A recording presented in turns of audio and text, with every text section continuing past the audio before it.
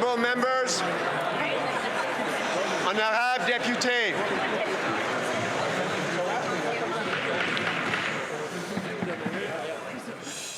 pursuant to Standing Order 3, I invite Mr. Plamondon, member for the electoral district of Bécancour-Nicolas Sorel, to take the chair as the member presiding over the election of the Speaker. Conformément à l'article 3 du règlement, j'invite M. Plamondon, député de la circonscription électorale de Bécancour-Nicolas Sorel, à prendre place au fauteuil pour l'élection à la présidence.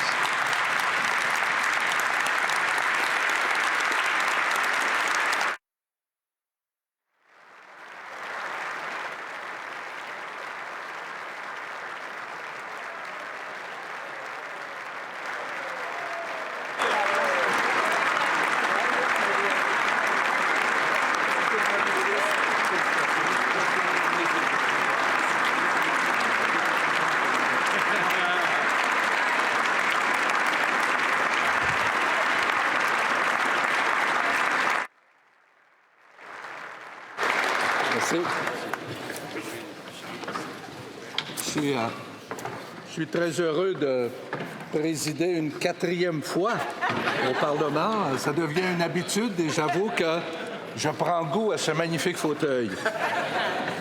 Une grande partie sera en français, ce qui vous permettra d'apprécier les extraordinaires traducteurs que nous avons ici à la Chambre, traducteurs et traductrices que nous avons à la Chambre des Parlements.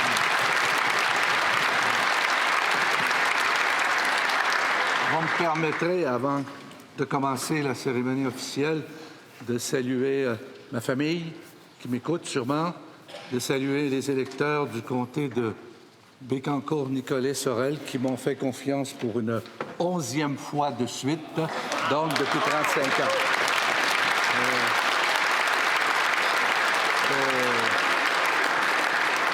J'ai su par après que 11 élections de suite, ça égalait le record de Sir Wilfrid Laurier, donc depuis 1904. Alors, ça faisait 115 années que c'était fort.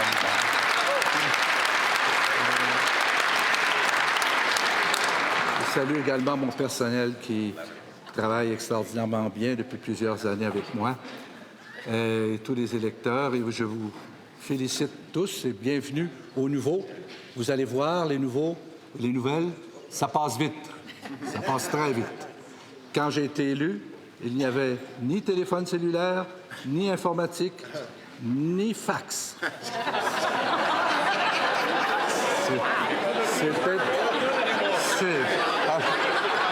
C'était le paradis. Nous allons commencer.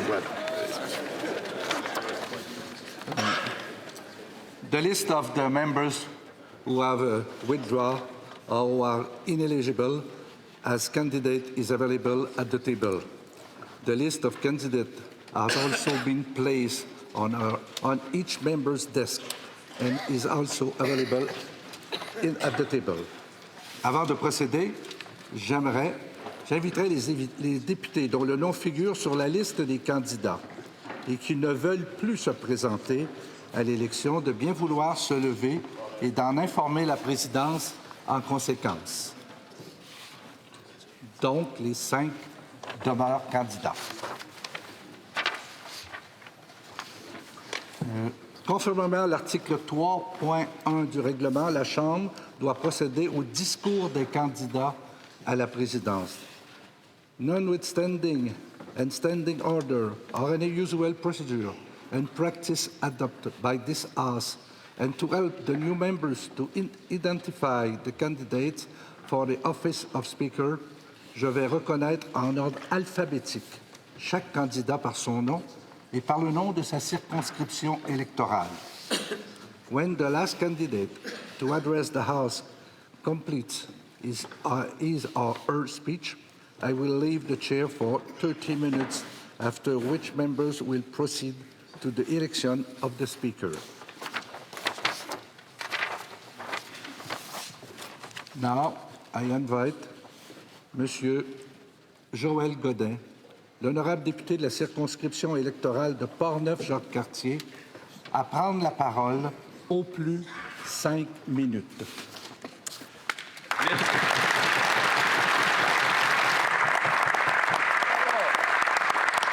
Merci, l'honorable président d'élection, très chers collègues. Let me begin by congratulating the women and men here in this chamber. You have been chosen to represent all the regions of Canada. All the energy and efforts you invested have given you this opportunity to represent the citizens of your constituency to your credit. I would also like to take this opportunity to offer my deepest condolences to the Speaker of the 42nd Parliament of Canada and to his family following the passing of his father, the Honourable Geoff Regan.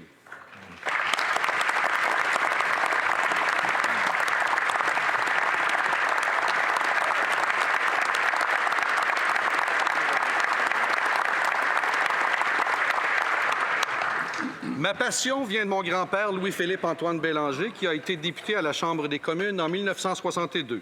Je suis très honoré d'avoir pu réaliser ce rêve en étant élu en 2015 et réélu en octobre dernier pour un deuxième mandat. Je profite de cette occasion pour remercier grandement les citoyennes et citoyens de la belle circonscription de Portneuf-Jacques-Cartier de leur confiance. Il y a beaucoup de passion qui nous habite, nous les élus réunis dans cette Chambre des communes. Nous avons un grand désir de contribuer au mieux-être des citoyennes et citoyens de notre pays et de laisser un meilleur aux générations futures. En tant que père de famille, ça me rejoint profondément.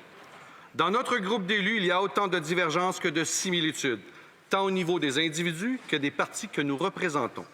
Notre système démocratique canadien nous permet d'avoir cette ouverture et ce système fait l'envie de bien d'autres pays. The dictionary defines democracy as a system of government in which all the people of a country can vote to elect the representatives. In his well-known Gettysburg Address, the American President Abraham Lincoln said that democracy is government of the people, by the people, for the people. The words ending this quote are the ones that we must never forget on our work for the people. Alors, il y aura sûrement bien des questions qui seront débattues chaudement dans cette Chambre. C'est le signe d'une démocratie en santé. Donc, amenez-en des débats. Mais il importe que ça se fasse respectueusement et équitablement. J'ai beaucoup d'estime pour tous mes collègues. Je respecte leur engagement et leur travail. Je m'engage à mon tour à répondre avec célérité aux besoins des députés et ce, en trouvant des solutions applicables. In the strategic plan, the 2019-2022, the values of the House administration are defined as impartiality, excellence, accountability, our people, and teamwork. These values mean a great deal to me. There are several high-quality people here today looking to sit in the Speaker's chair. So why choose me? To be a Speaker of the House and someone who meets the highest standards of our institution, one needs to have the qualities of a mediator and be able to listen, show respect, judgment, leadership, be open-minded, loyal, have integrity, and, on occasion, deal with things with humor. Je crois sincèrement avoir toutes ces qualités me permettant d'occuper le siège. Je puiserai dans ma vaste expérience, dont, entre autres, mes 10 années à la direction des ventes d'une chaîne de télévision privée, la création de mon entreprise en relations commerciales AJC Communication, mon mandat de conseiller municipal, mon travail de conseiller politique d'un cabinet ministériel provincial, mes nombreuses implications dans des conseils d'administration tels Rêve d'enfant et le Rouge et Or de l'Université Laval. Sans oublier mes nombreuses années où j'ai agi à titre d'arbitre pour de nombreux sports. As well, in the name of fairness, here is something to consider before you make your final choice. The official language of Canada are English and French. The last time the duties of the Speaker of this House were given to a Francophone born in Quebec go back to more than 65 years ago. It would only be fair to elect a Speaker born in the Lower Canada province, in this case Quebec, and one who speaks French. It would be an honor for me to receive the support of the members of this House. And sincere thank you for your attention and consideration. Bonne 43e législature à tous.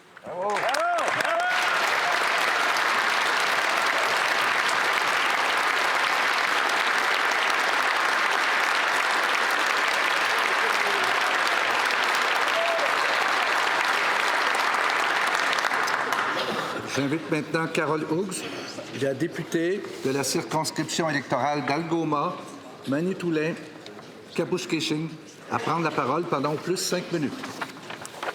Merci beaucoup pour l'opportunité de vous adresser la parole. Premièrement, j'aimerais reconnaître le territoire traditionnel non cédé des Algonquins que nous sommes ici sur. Félicitations à tous et à tous pour votre élection. I would like to take a moment to express my gratitude to the voters of Algoma, Manitoulin, Kapuskasing for placing their trust in me once again to be their representative and voice here in Parliament.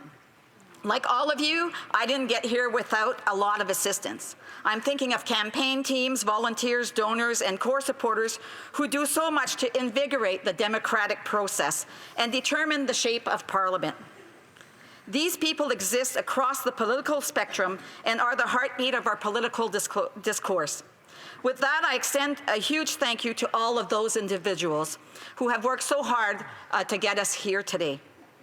I would also send a special shout out to my good friend Bill McBain, who has managed 3 of my campaigns with an infectious positive attitude and sense of humility that sets him apart. Most of us also benefit from the strong support we receive from our families, and my situation is no different. My husband Keith, daughter Mindy and her family, along with my son Sean, who's here today, to provide me with a stable foundation that allows me to dedicate the time needed for these endeavors. And last but not least, my staff who kept my offices going during the election. This support is invaluable and irreplaceable, so I thank you for indulging me as I acknowledge these special people. We have heard this Parliament faces a strong challenge from Canadians who want us to make the hand we have been dealt work. A big part of that will run right through the Speaker's chair. There is no question that decorum in the chamber can be a challenge, and this is an area I believe we can all greatly improve upon. While we are 5 candidates who are asking you for your support for the Speaker's role, each one of us brings unique qualities from our past experiences that can help you understand how we might approach the role. Over the years, I gained many skills within the banking, mental health, and education fields, as well as the criminal justice system. However, I came to politics by way of the labor movement, which is where I had the opportunity to gain experience in dispute resolution and employee management relations. That work trained me in mediation and to focus on commonalities as a productive starting point for difficult discussions. I believe my skills in this area could help foster more goodwill between all parties. I know that running from the 4th party position can be seen as unrealistic by some. Add to that the fact that if elected, I would only be the 2nd woman to serve as Speaker, which of course makes this candidacy a long shot by any standard. However, I believe that choosing a Speaker from a smaller party sends a clear signal that we are prepared to do things differently and would serve as a symbol of the kind of cooperation we can be capable of, and that we are serious about making this Parliament work. And that's what Quebecers and Canadians have asked for. Electing a woman as Speaker would do just that. But I am not standing here merely as a woman candidate. I am here because I can do the job. Still, it's been 35 years since this place had its one and only female Speaker, and that was, of course, Jeanne Sauvé, who was actually appointed. We know that research has shown time and again that women excel in politics, do things a little differently, and bring valuable perspective to the process. De plus, je ne suis pas sans expérience. Je suis persuadée que lors de ma fonction en tant que vice-présidente adjointe dans la dernière législature, j'ai fait preuve d'impartialité, équitabilité et d'ouverture d'esprit. De plus, mon jugement est décisif lorsque requis et j'ai une prédisposition naturelle à la recherche d'un consensus pour parvenir à mes décisions importantes. J'ai également la réputation d'être une travailleuse acharnée et rigoureuse, deux qualités qui me seront utiles dans le rôle de présidente. If elected Speaker, I will work to develop clear lines of communications between the parties to ensure we are doing our very best to present a Parliament Canadians and Quebecers can be proud of. This will help us maximize our time spent in the chamber and give us more time to attend to the multitude of demands we face while in Ottawa. I thank you for your patience and offer my best wishes to my colleagues who are also standing for Speaker. And once again, congratulate you on your elections. No matter the results, I look forward to working with all of you in the 43rd Parliament and delivering the results that Canadians demand and deserve. Merci beaucoup. Thank you. Miigwech.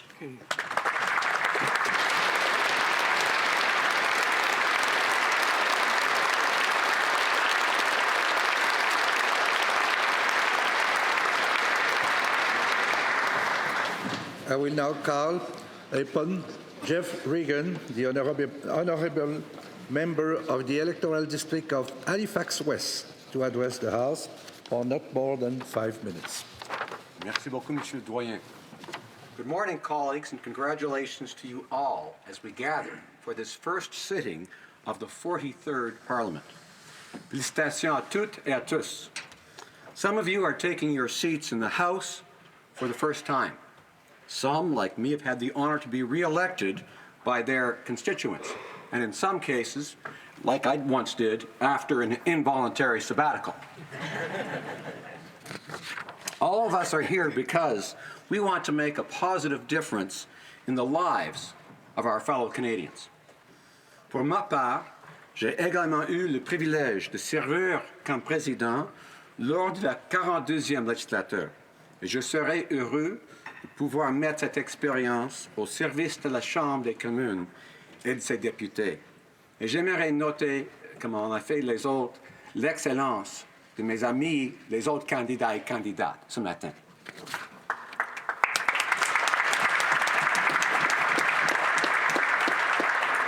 Durant mon mandat, et avec l'appui de plusieurs députés, j'ai cherché à maintenir et à promouvoir le décorum en Chambre et au besoin à limiter les comportements susceptibles de nuire au respect de l'institution et de ses membres.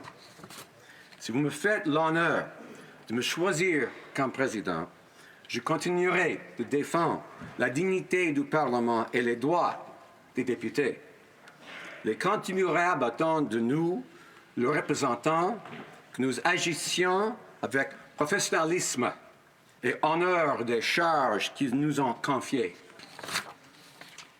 If you assign these responsibilities to me again, while remembering that the Speaker is the servant of the House, I will continue to use the tools at my disposal. Our constituents look to every member to take the responsibility of self-control. I have often heard from people unhappy with the noise and disrespect that has too often occurred. It is up to each of us and to the House leadership teams, as well as the party leaders themselves, to improve decorum in this place and enhance the image of our democracy. To exercise their rights and to carry out their responsibilities, members rely on the support of the House of Commons administration, which exists to provide them and their staff with the services they need. Quite simply, the MP is the administration's core business. That is why throughout the 42nd Parliament, a number of measures were put in place to improve the support available to members of Parliament so that we could all better serve our constituents. That's what it's all about, after all. From the updated orientation program to new on-site service centers and buildings here in Ottawa that offer members and their staff in-person support related to various operational services, the House administration has been focusing its resources on its reason for being, the MP. It's been almost a year now since members first sat in this interim chamber that now fills the former courtyard of West Block, and preparations for the much-needed rehabilitation of Centre Block are underway. As members and the other occupants of West Block settle in, improvements continue to be made to provide MPs with as modern a workplace as possible. Pour veiller à ce que le bâtiment du Parlement rénové réponde aux besoins des députés, je les associerai en tant que président au projet de réhabilitation. Je crois que les premières consultations avec les personnes qui habiteront l'espace sont essentielles au succès de la restauration du bâtiment. Durant la 42e législature, je me suis efforcé de m'acquitter au mieux de mes responsabilités en tant que président de la Chambre, et je crois avec un certain succès. C'est mon espoir que vous, mes collègues, me confieront la tâche de servir la Chambre des communes et ses députés de la 43e Parlement. Merci beaucoup.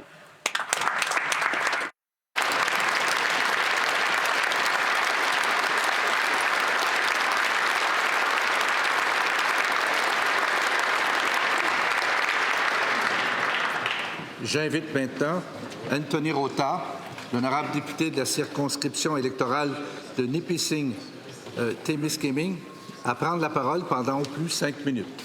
Merci beaucoup, Monsieur le Doyen. Good morning. Bonjour. For all of you, those of you coming into this chamber for the first time, welcome.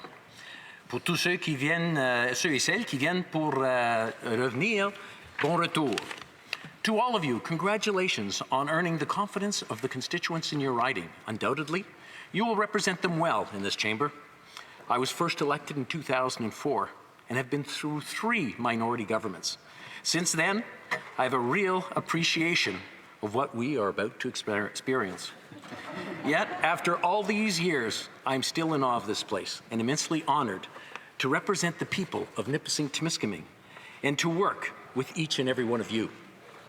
Ce matin, une deuxième élection très importante prendra place, la sélection d'une présidente ou d'un président de cette Chambre.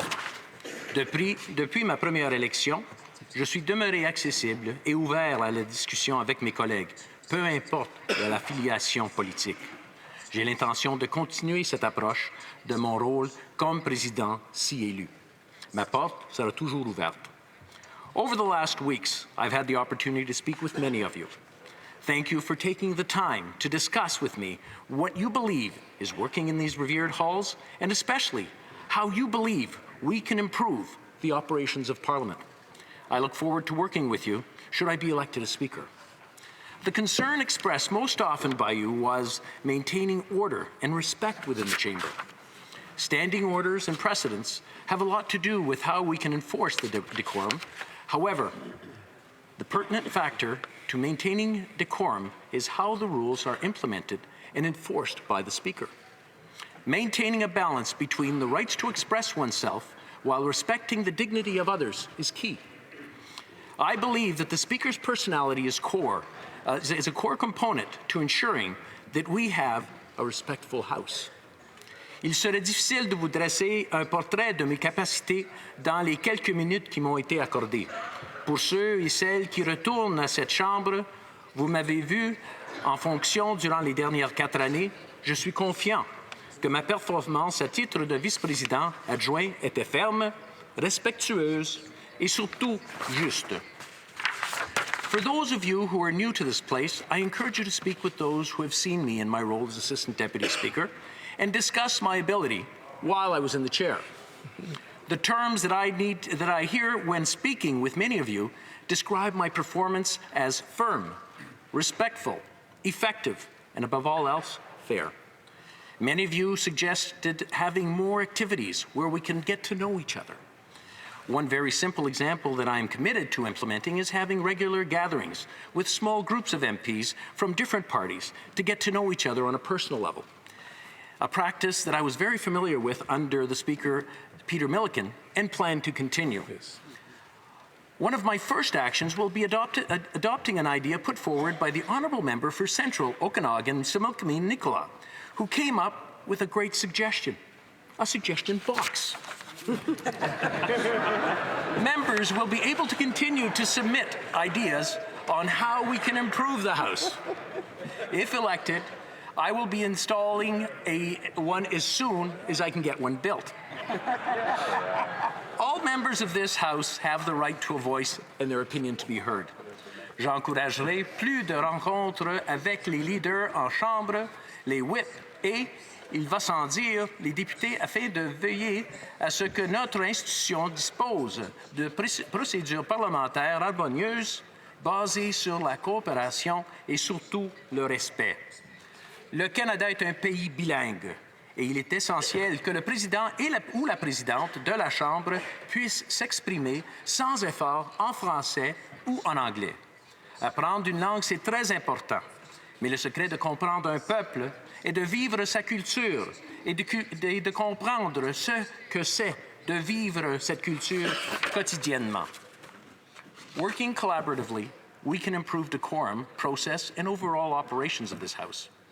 I agree. I have a great deal of respect for this institution and all of its members, and believe that all members should take part in improving our procedures. The upcoming parliamentary session will certainly be interesting. Canadians have chosen us to come to Ottawa to represent them and to perform our duties to the best of our abilities. Je me présente pour la présidence à la Chambre des communes et je suis prêt à travailler avec chacun de vous. En cette importante matinée, je vous invite respectueusement à voter pour moi. I respectfully ask for your vote this morning. Thank you. Merci. Miigwech.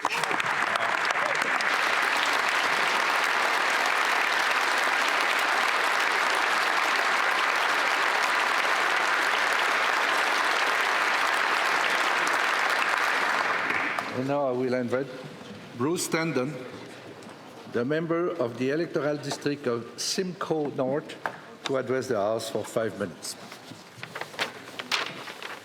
Mr. Chair, it's an honor to speak in this chamber. As you know, for the next few minutes, I'm going to provide some thoughts for members' consideration in choosing our speaker for this 43rd Parliament.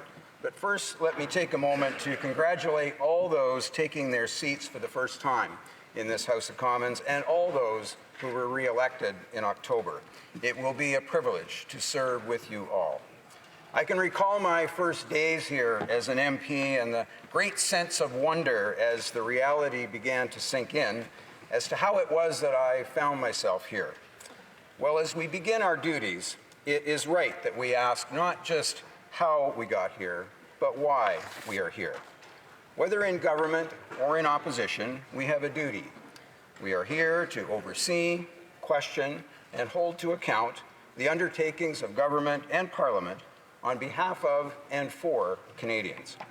The ability of the members to do this depends on our standing orders and practices and the interpretation of them by the Speaker. I am running to be your Speaker because I believe I can assist all members in the discharge of their responsibilities to Canadians. I promise impartiality and respect for all members at all times. J'occupe le fauteuil depuis 2011. Pendant 4 ans, j'ai été vice-président adjoint sur le président de l'honorable député de Regina-Capel. Et j'ai ensuite été vice-président pendant 4 ans sous la présidence de l'honorable député d'Halifax-Ouest. Ce fut un honneur de travailler avec eux. Avant d'entrer en politique, je m'occupais d'entreprises familiales, un centre de villégiateur familial et de congrès situé dans la région des Chalets de l'Ontario. C'est là que j'ai appris à devenir un bon employeur et ont inculqué une culture d'équité, de respect à l'égard des clients, des compagnons de travail et des fournisseurs et même des concurrents. Cette expérience m'a été utile comme député et je saurais vous en faire profiter à titre de président. Les députés qui ont été réélus se souviendront peut-être que lorsque je suis arrivé à la Chambre des communes en 2006, je ne parlais pas un mot en français. J'ai suivi des cours offerts par le programme des services linguistiques et j'ai maintenant une connaissance fonctionnelle de ma deuxième langue que je m'efforce d'améliorer constamment. À titre de président, je veillerai à faire du français et de l'anglais mes langues de travail quotidiennes, ainsi que celles de mon bureau, tant à la Chambre de l'extérieur de celle-ci. Discussion of the speakership rightly tends to focus on procedure and proceedings in this chamber. But the Speaker has another role that should be part of members' consideration as they mark their ballot today, and that is the well-being of Parliament as a community. We all have our differences, and we are here to express them in a civil and courteous way. My pledge to you is that I will foster our community and a respectful tone and decorum in this chamber, so that at the end of this Parliament, whether it be long or short, members will be able to say that their experience in this 43rd Parliament was a positive one and that their friendships stretch beyond party boundaries. And when members return to their ridings, that the work of this chamber reflects the expectations Canadians have for their Parliament. We should never let up in our pursuit of strengthening Parliament and ensuring its members are well served, because if we can do that, your constituents will also be well served. Je demande votre appui et je vous remercie pour votre attention.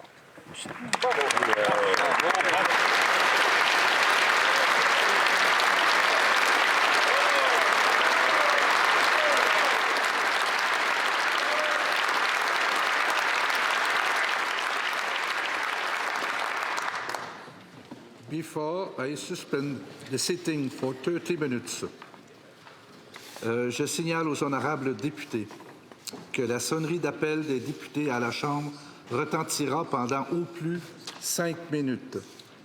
La séance est suspendue to the call of the chair. 30 minutes.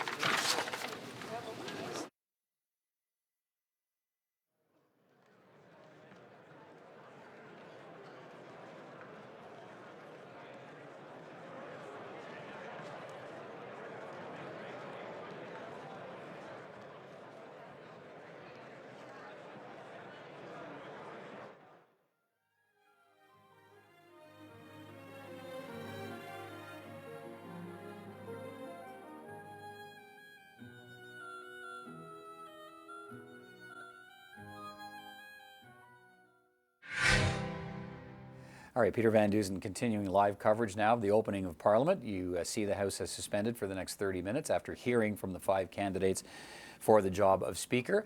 Let me tell you a little bit about what the job entails. It involves, of course, what most Canadians see, which is the sort of umpire or referee, describe it as you will, of question period every day. But the Speaker is also charged with preserving, defending the rights and privileges of members of Parliament, also oversees a budget of $500 million for the House of Commons. The job, we should also point out, pays a salary of $260,000 a year, which is the roughly $80,000 or $85,000 on top of the payment of a regular MP. It includes an apartment on Parliament Hill, and it also includes a private historic residence in the nearby Gatineau Hills. So we've heard the speeches from the candidates. Now the House suspends for 30 minutes or so. Then the voting process begins, preferential ballot, as we heard explained earlier.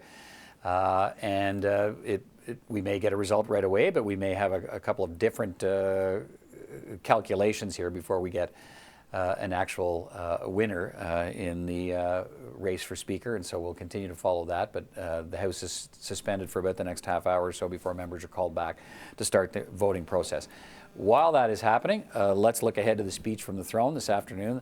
Our continuing coverage here today takes us from the election of a Speaker, which is the first order of business for Parliament, straight in to the speech from the throne coverage, which will come to us from the Senate. And let's talk a little bit about what to expect there with my next 3 guests here. Geoff Turner is a Liberal observer. Tim Powers is a Conservative Party commentator and observer. And Emily Taman is an NDP observer and commentator and former candidate for the party in Ottawa Centre. Good to see you all. Thanks for being here. Geoff, let's look ahead to the speech from the throne. We're getting some suggestion here, and I think anybody who's followed the campaign, followed conversations over the last couple of weeks, has a pretty good idea of what to expect. Probably high-level stuff on climate change, taxes, affordability, housing, gun control, we are hearing, and perhaps pharmacare. So how should people who are watching this process today, how should they be prepared to view the speech from the throne and what's being said in it and what's being offered? Sure. So I think a speech from the throne or any real government program that they are putting out will have three buckets, essentially: the economic bucket, a social bucket, and these days, happily, an environment bucket. And I think what we'll see in this throne speech is an item out of each of those three areas.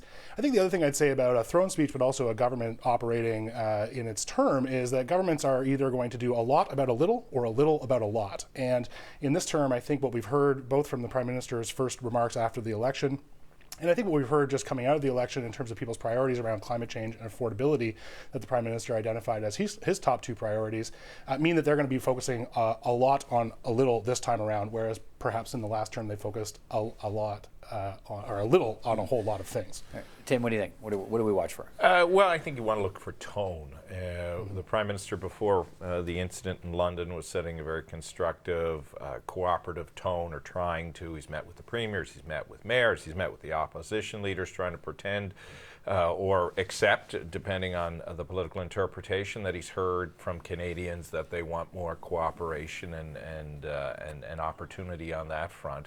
So how does that make its way out in the words that Julie Payette gives voice to today? What will be interesting, I think the other thing I will be looking for is where are those branches that he will put out to get this speech passed, and in turn perhaps lay tracks for what's more important for him, which is the budget, which will be a point when choices do get made. Emily, what are you watching for?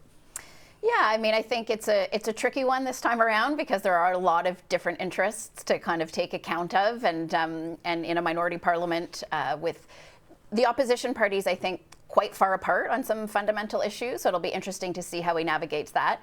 It's hard not to, be a little bit cynical and think back to the first throne speech in the last parliament that included, a reaffirmation of the commitment to electoral reform, for example. So, what is the chasm going to be between words and action? That's something I'm also going to be really looking for going forward. Right. Pick up on Tim's point of it. Just while we do that, with our control room crew. Just so we keep an eye on things, let's time to time, let's put the House of Commons slate there that has called. We know they've heard from the candidates, and they've been suspended now for 30 minutes. They'll be coming back in the next little bit to start the voting process. So we'll put that in the corner of the screen so we can just keep an eye on it from time to time here. But pick up on Tim's point that we'll be watching for where the sort of branches are of support. I mean, really, who's this speech going to be talking to in terms of other opposition parties in the House of Commons? I mean, there are some points of agreement clearly with the Conservatives, but way more with the other parties. I think in the last few days, in particular, as Andrew Scheer has continued to encounter headwinds in his own party, they've made it very clear they're not going to be supporting anything. And so I think how you work with that just means that maybe there'll be one-offs in independent legislation that you can entice them to at least play some role in this parliament. Right, I mean, the two parties during the campaign did have some synergies on tax cut issues. Tax cut, for example, prime example. However, I mean, obviously, and to Tim's point, the budget will be the real confidence vote that we're facing this year, and it will be the place where some really detailed, crunchy policy is advanced, some money is allotted, and those sorts of things. And I think the thing I've also been watching on the NDP side, though, is that Jagmeet Singh has been fuxing a lot in the last week, and he's been making a lot of sort of lines. And I actually won't be surprised if he doesn't vote for this throne speech. I actually really won't be. I hope he does. I hope we know the Bloc Québécois have more or less said they're just interested in stability, so they're not going to be taking umbrage with any specific items. Which, that being the case, because they only need one of those key opposition parties to support them, does that give some muscle flexing room to the NDP? Because the Bloc's already said, yeah, we'll support it. It does, and I think they're trying to shore up their own political position because it's worth reminding Canadians that they lost a third of their seats in this election, and they're not as strong as they're presented. Tim, what do you think Geoff's identified what he thinks the Conservative approach will be, which is to support nothing. Is that the right approach, or does that ignore? I think he can get away with it with this throne speech. Next week will be interesting, though. Look, Mr. Scheer needs a good week. Mr.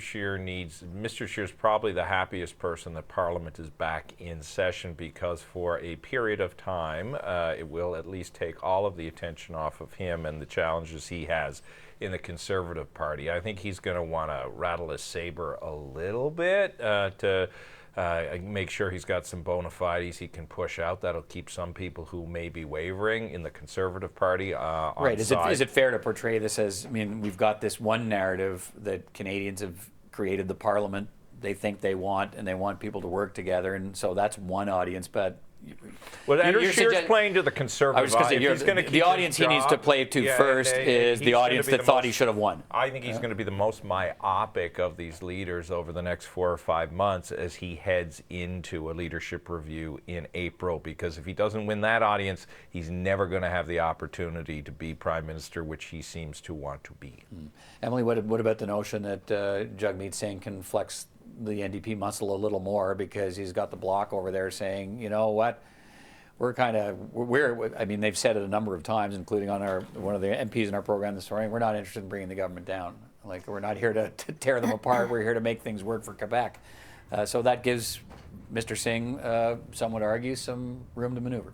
Yeah, I mean, I think Jagmeet Singh wants to see certain things in the speech from the throne. I think, to Geoff's point, too, most notably in the budget, because, for example, on an issue like pharmacare, I mean, you can say that the Liberals and New Democrats agree, you know, to some extent on a need for pharmacare, but I certainly recall... don't agree, but they certainly don't agree on a timeline. On when, and also on some really, really important specifics. So I know in the campaign, Bill Morneau, for example, started using the phrase universal access to pharmacare. That is not the same thing as a universal single-payer pharmacare program. It's actually quite far apart. And so while in the speech from the throne, you might get enough of a signal that it can be supported, it'll really come down to what's in the budget to see how serious of a commitment this really is. Right, the budget is really the place, but I mean, to this discussion, there's lots of room, lots of runway for Justin Trudeau here in terms of how he crafts that language in this speech, which I don't think he was in the House for the Speaker process. I don't think he's at home writing it now. I think it's done, right? So it's been done for right. But this idea, like, what kind of language does it have to be that we have heard Canadians on the issue of pharmacare? We plan to consult with our other parties in Parliament and look at the best way to bring this. Is that enough language for Jagmeet Singh, or does he want to hear timelines? Does he want to see a national universal pharmacare plan the next year? I mean, I think we'll be looking for something a little more concrete and not so airy-fairy as just, because how many times in the past have we heard from Liberals that at some point in the future, you know, maybe we'll consider pharmacare. So I think it would need to be something a little more concrete than that. But again, it's going to be really the budget that will reveal the true level of commitment to moving this forward on a reasonable timeline. Keeping in mind, I mean, the throne speech is, again, a very general outlay of the government's intentions, not specific nuts and bolts or but it's a much easier document in a majority parliament, because you can essentially reflect your election campaign and promise to follow through on it. This is a little different because you need the cooperation of the others. And I think what you're going to see zoomed out here is a focus on creating the story as they've heard it from Canadians through the election campaign and after the election campaign. So these are the priorities and the concerns that we've heard from you. They may not actually be all the ones that we talked about during the election, or they may not be spun in the way that we spun it during the election because we've heard different points of view after, or we've learned our lesson through that process. But so what they're going to be doing is establishing those sets of problems and revalidating that they are indeed the priorities of this nation and this entire parliament to work on. And how we color in those lines, to everybody's point, will come later. Yeah. So I think this will, again, will be a very visionary exercise. And the truth is, Tim, in a speech from the throne, right, because it tends to be so general compared to specific legislative measures and a budget, that you can, as an opposition party, you can read whatever you want into what's been proposed, right? You can. I think the last time there was any degree of specificity in it was one of Harper's speech from the throne. I think it was probably the first one in 2006, when they talked about the 5 priorities. Right. And that was a different climate because his minority was not as strong as Mr. Trudeau's was, and it was uncertain as to where he would get support. But Harper changed after that. I think Mr. Trudeau's throne speeches have been very opaque, and I love Emily's language, airy-fairy. They tend to be, regardless of Justin Trudeau, but this Prime Minister loves the big speech, the big vision. It makes him feel good. I don't expect much more than that today, Peter. Right. What about the issue of Western alienation? We've been hearing about it. It seems perhaps it's died down a little bit in the last week or so. If you've been to the West, it hasn't. It hasn't died down in the West, and we expect to hear some reference to it today. What do you think he says about how to deal with the fact that there are no Liberal MPs in Alberta or Saskatchewan? Yeah, I mean, this is another really challenging line for the Prime Minister to walk, because on the one hand, there are parties in the House of Commons that are going to want to be hearing a really firm commitment to action on climate change. And there are going to be folks in the West that are going to want to be hearing really strong language around the need to build a pipeline.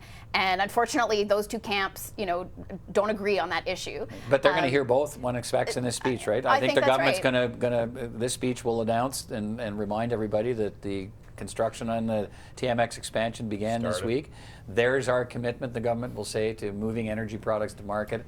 And, and then on the other side, it's how do they satisfy the climate change? People want more ambitious action. That's right. And so I think, that's another one that's going to be challenging. Now, the pipeline, this isn't new news. It's going to be coming out, in the throne speech. Obviously, we know where the Prime Minister stands on this issue.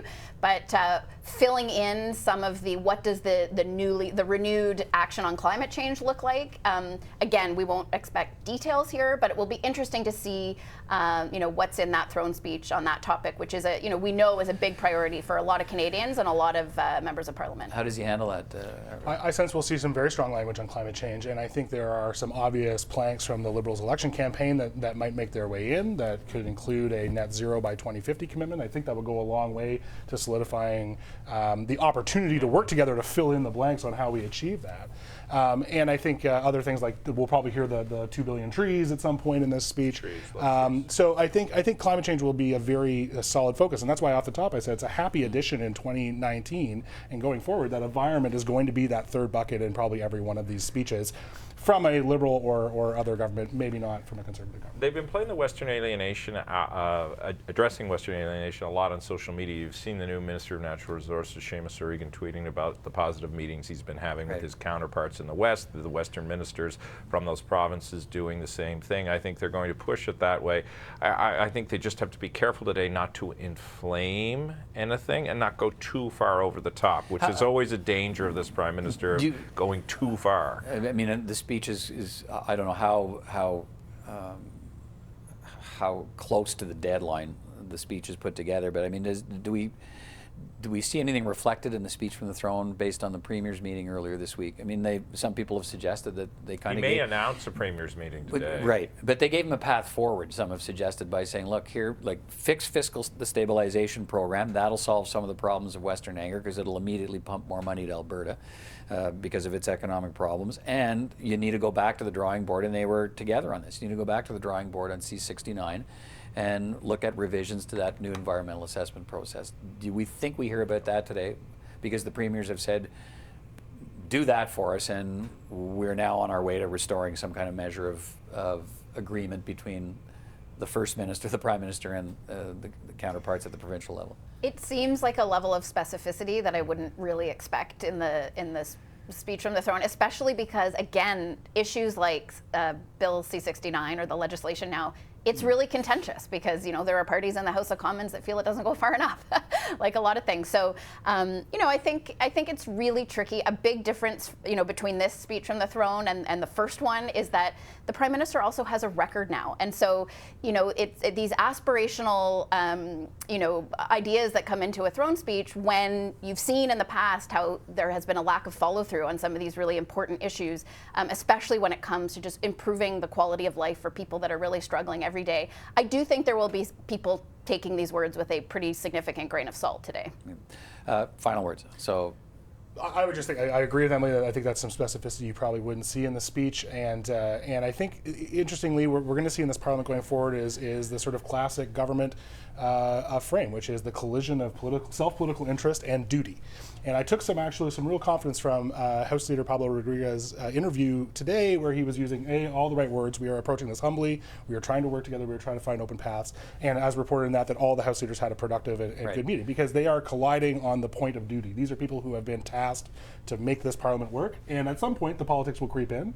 But the government sets the tone on that. And today is how that government is going to set the tone. And I think we'll see a pretty good tone from the Parliament. I don't want to ruin your broadcast today, but shocker. Here's a new shocker. Here's a news break. It's going to pass. It's going to pass, and we'll get to December 13th. Well, we know it'll pass for sure. The Bloc's already said they're prepared so to there's support no it. controversy. Everybody except, as I say, it's the biggest week for Scheer today's speech, he'll rattle the sword a little bit. Prime Minister, Mr. Singh, Mr. Blanchet will position themselves accordingly, but nothing earth-shattering. I think we all agree that the more significant thing to watch for today, as Tim talked about earlier, is tone, not substance, right? The substance will come as we start to deconstruct and drill down on some of these offerings in the speech from the throne, but it's really how it's delivered and what posture.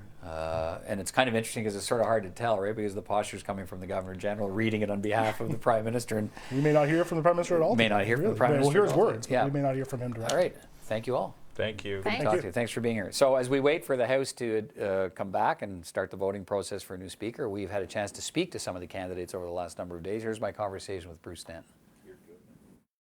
Bruce Stanton, first of all, good to see you again. Thanks for coming by to speak with me. So you've been the Deputy Speaker for the last 4 years, and prior to that you were an Assistant Deputy Speaker. So you got a lot of experience in this job, but not the sort of top job as the Speaker. So why do you believe you're the best candidate this time around for the Speaker's chair?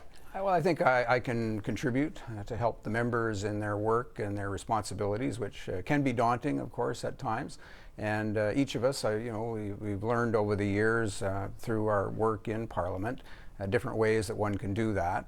What becomes paramount, of course, is helping them in the House itself. This is where most of the members see the Speaker's work.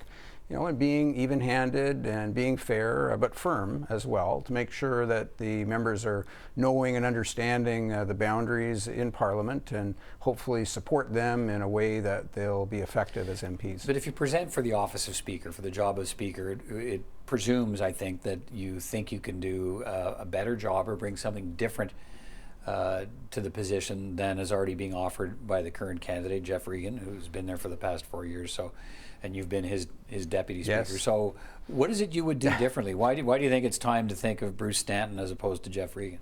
Well, it's one of the things that makes this kind of contest awkward. I mean, here we are, all candidates. We know each other, have worked with them. They're valued friends and colleagues. And it sometimes makes a bit of a challenge to, find those points of distinction, I suppose, as a candidate. But I think we look forward and not back, and we look to see and offer, really. This is by its nature, this is an offering to members themselves. To see what their preferences are, and so what could I do different is just making sure that I am not only fair and even-handed with the kind of things, the decisions that come before Parliament, but be seen to be so in the course of our work. But are you suggesting that hasn't been the case the past 4 years? That there's not been at all. Concerns about Geoff Regan's fairness or his impartiality? Not at all, but I do know it's an important... So again, what's the point of distinction then? So why choose Bruce Stanton over Geoff Regan? Well, it's an option for people. I think the members will hear what the proposals are for the different Speaker candidates, but also to look at the reality in the House. We have 98 new MPs in the House.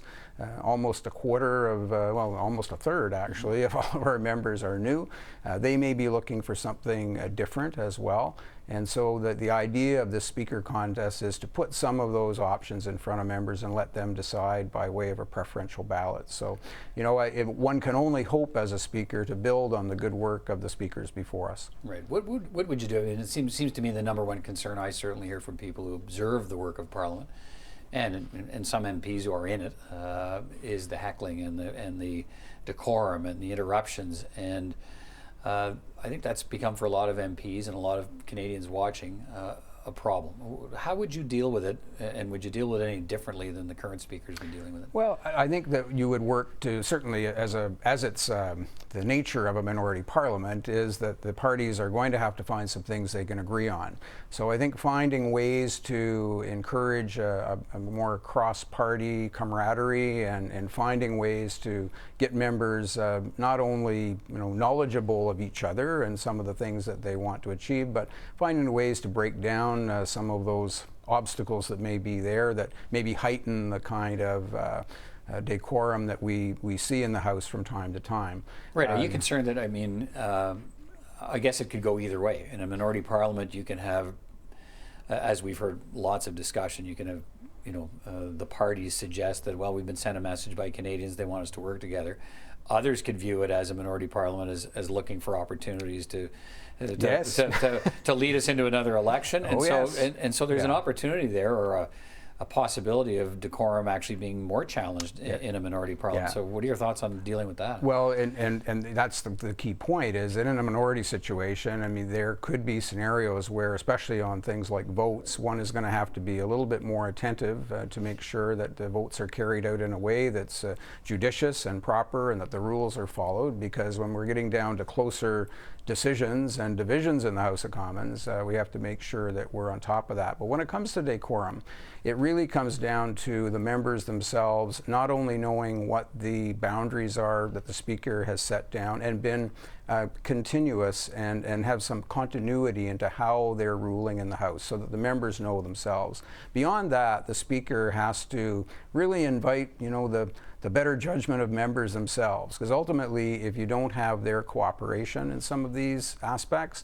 it's just not going to happen. No, I mean, I've watched speakers do this for decades, trying to encourage members to observe the rules of decorum, of course, to be less heckling, and I'm not sure how much change I see. So, are you likely to be?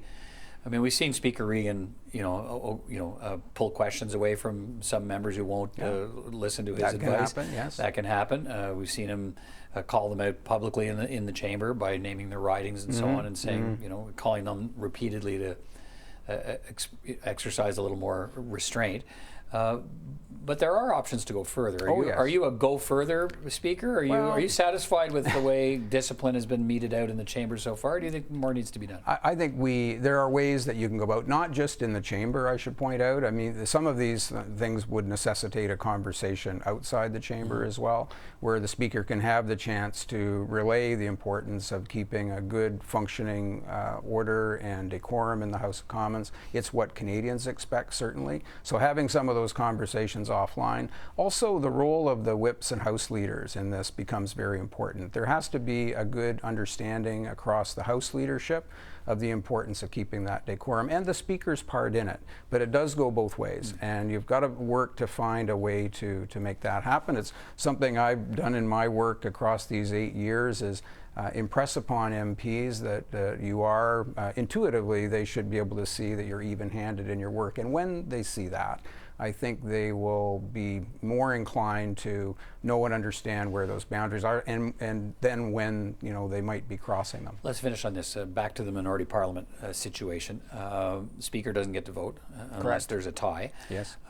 You would come from an opposition party if you were to become the Speaker. Have you run that by the party leadership? Are they okay with this, or do they think, look, Bruce, we may need your vote, so we don't want you in the Speaker's chair? Well, I have not had that conversation, actually, but there's a good convention that we use in our system around the Speaker voting. You're right that it doesn't happen unless there's a tie.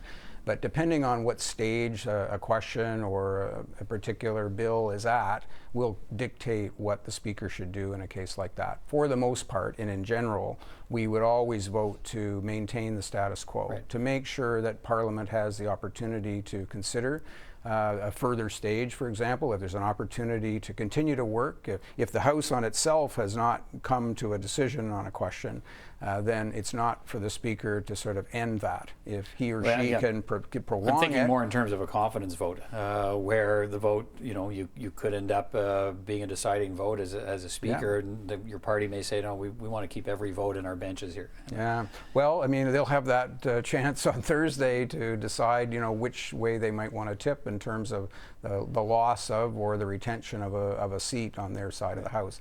But my hope is that the opposition members will see that there's an importance to see that all parties in the House will be treated in a way, including all opposition parties in this House that does have a majority of opposition members, that there is having a balance and making sure that all parties are treated fairly will be a benefit to them as well. All right, Bruce Stanton, candidate for Speaker. Good luck. Thanks very much, Peter.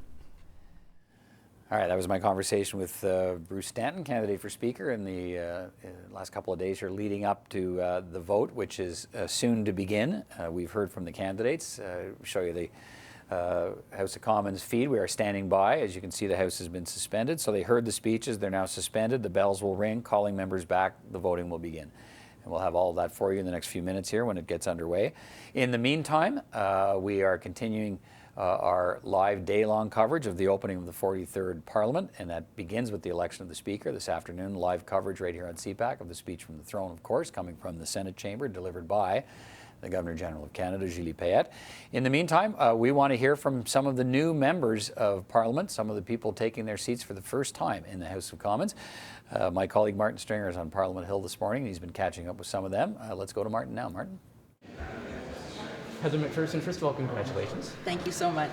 And a double congratulations on maintaining the NDP's only seat in Alberta. You maintained the Edmonton Strathcona seat, which was formerly held by Linda Duncan, so that must be quite an achievement. We were so happy we were able to hold that seat. It was a very exciting night, and I think we had a lot of success. And I thank the voters in Edmonton Strathcona for putting me here. Now you've gone from an exciting night to an exciting first day of Parliament. Watching this throne from the speech as a first-time brand new MP, what will you be watching for in the throne speech? You know, we've outlined for the NDP, we've outlined some of the priorities we really want to see. Some of those big ones will include some real action on climate change, some action on, that we see pharmacare, that we see single source pharmacare, that's in there. I'd like to see some things that will make life a little bit better for Albertans. The NDP caucus is smaller, so many of you have multiple critics' positions. You're a deputy House leader of the NDP, but you're also critic for foreign affairs and for international development. What will you be watching for in those portfolios? You know, I've done a lot of work the last 10 years. I've been working in international development and foreign affairs and sustainable development work, and so I know that portfolio quite well. But one of the things that I need to see is that the Liberal government is going to do more than just lip service in terms of Canada being back on the world stage. We've heard it, but we haven't seen it. So that's what I'm going to be pushing for. I'm going to ask you a comment obviously as a critic for foreign affairs, one of the comments that you'll be asked for is what just happened at Buckingham Palace, the Prime Minister's off-the-cuff remarks that were caught on camera about Donald Trump. What do you make of that? Well, you know, I think that everybody makes mistakes, and certainly I wouldn't want to sling any mud, and it was a mistake, and he shouldn't have probably said it, but he obviously didn't. Concerned about Canada-U.S. relations? I mean, because obviously we're awaiting the ratification of the Canada-U.S. Mexico trade agreement.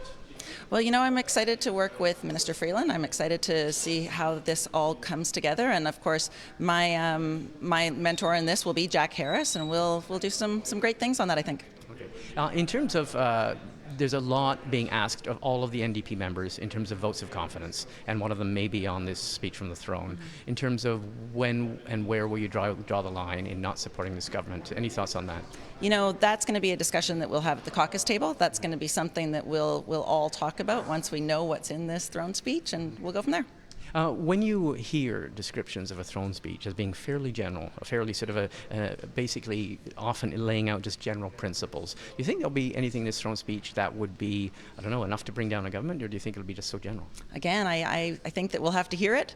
As you know, it's my first throne speech that I'm going to be voting on, so of course we're going to have to hear it. We're going to have to sit down and have a discussion about whether or not what we saw in there was enough to think that the Liberal government is actually committed to working for people. Okay, Heather McPherson, I want to thank you very much and congratulations, and have a good first day. Thanks so much. And we're going to have a chance to hear from a lot of new members of Parliament in our ongoing coverage today. Also, keeping a close eye as we are on the House of Commons, waiting for members to be called back. You can see there, the House has been suspended while they have heard from the Speaker candidates, and then they'll begin the voting process soon. We'll go back to that when we start to see that unfold in the House of Commons. But let's continue with our a series of conversations here with the candidates for Speaker. This is my conversation this week with Carol Hughes. She is the only woman who has offered up her name for the Speaker's position. Here's my chat with her. Carol Hughes, first of all, it's good to speak to you. Thanks for being here. Well, it's a pleasure for me to be here. You were an assistant deputy speaker in the last Parliament, so why do you believe you're the best candidate to be Speaker in this Parliament? Well, I think that everybody has got some skills and abilities that they bring forward. I mean, the fact that there's at least 4 of us who have actually done the job, who are being candidates for this particular speakership is going to be interesting enough, right? But I think that, certainly I don't want to knock anybody down. That's not what I'm here for. I think that, it's time to put a woman in the seat as well. I was going to ask you that. So you're the only woman candidate to this point that whose name is standing for the job of Speaker, and how do you think that should inform the votes by your colleagues, given that we know the numbers of, Parliament, the House of Commons in particular, is still a very male-dominated workplace. So how much of a factor should the fact you're the only woman candidate be in this decision? Well, I don't think that I should be given the position because I'm a woman, but I think, by Parliament looking at, okay, this is a different Parliament. The Canadians have been asking for something different. It was very evident based on what the outcome of the election was. And I think that if Parliament wants to do things differently and wants to take action as opposed to just talking about it, then it's been since 1984 that there has been a woman in as the Speaker in the House of Commons. I think that being the fact that we're looking at a smaller party that is I'm coming from. Les noms des candidats éligibles à l'élection sont écrits par ordre alphabétique sur le bulletin de vote.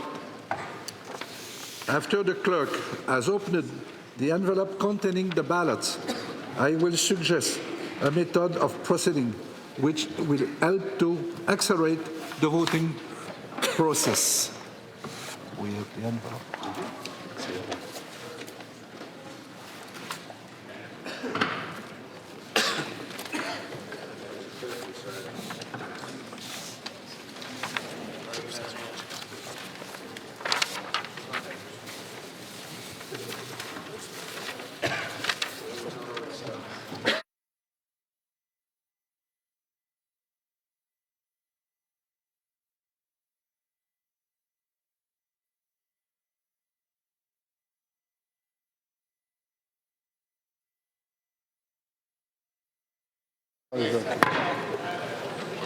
Je le dirai pas, no Robbie.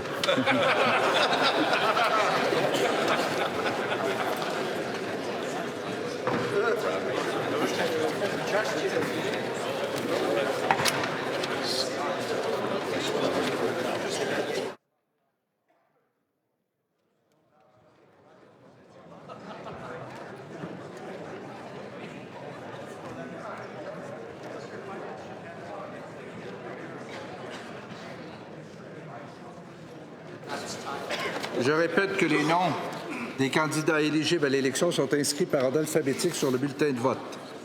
Après que le greffier aura ouvert l'enveloppe des bulletins de vote, je proposerai à la Chambre une façon de procéder qui facilitera le scrutin.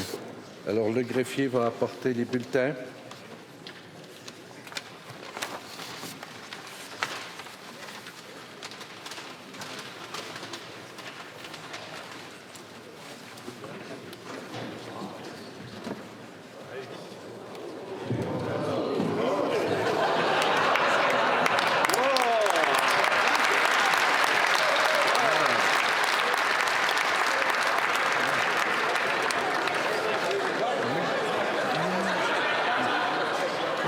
Presque du balai.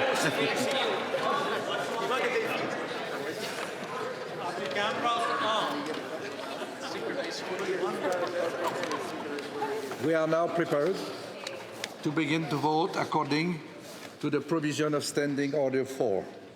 Please allow me outline the procedure for the honorable members. Les noms des candidats à l'élection sont écrits par ordre alphabétique sur le bulletin de vote. Pour voter, vous devez numéroter les candidats de votre choix par ordre de préférence en inscrivant le chiffre 1 dans la case à côté du candidat de votre premier choix, le chiffre 2 à côté de votre deuxième choix, et ainsi de suite, jusqu'à ce que vous ayez exprimé toutes vos préférences. Prenez note qu'il n'est pas nécessaire de numéroter tous les candidats en liste. Je vais le répéter en anglais, si vous voulez. The name of the candidate for the election are listed on the ballot in alphabetical order. To vote, you must rank the candidate in the order of preference, placing the number 1 in the space next to your first choice candidate, the number 2 next to your second choice candidate, and so on until you have ranked all candidates for whom you wish to vote. Please note that it's not necessary to rank all candidates. Pour aller voter, je demanderai aux députés de quitter leur pupitre en passant derrière les rideaux. In order to vote, I will ask the members leave their desk, exit through the curtains, and come to the table using the doors on the left and the right side of the chair. There and there. Okay. Bureau.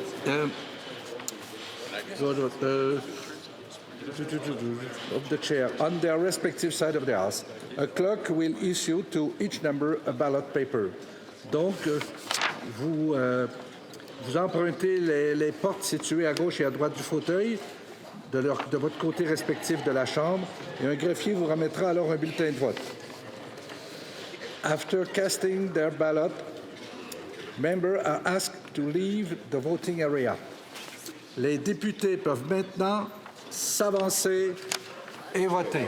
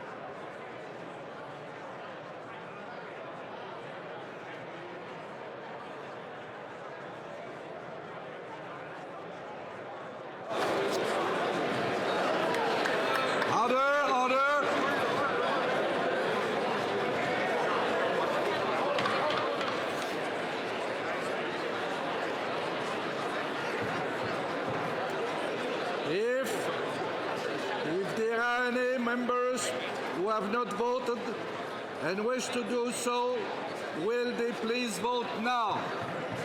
Je demanderai aux honorables députés qui n'ont pas encore voté et qui veulent le faire de s'avancer immédiatement. Y a-t-il d'autres députés qui n'ont pas voté?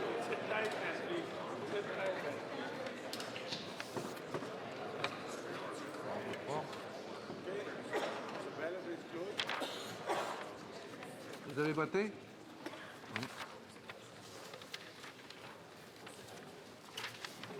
D'accord. All members have voted.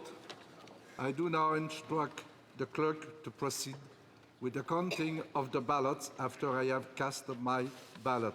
Tous les députés ayant voté, je demanderai au greffier de procéder au dépouillement du scrutin lorsque j'aurai moi-même voté. Mon vote.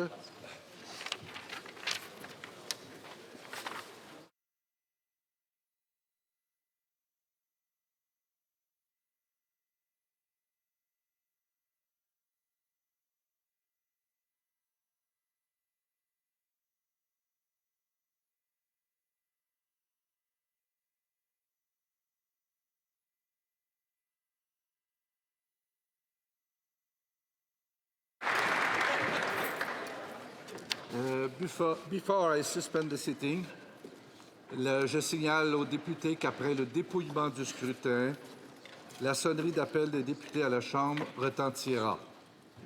The sitting is suspended to the call of the chair.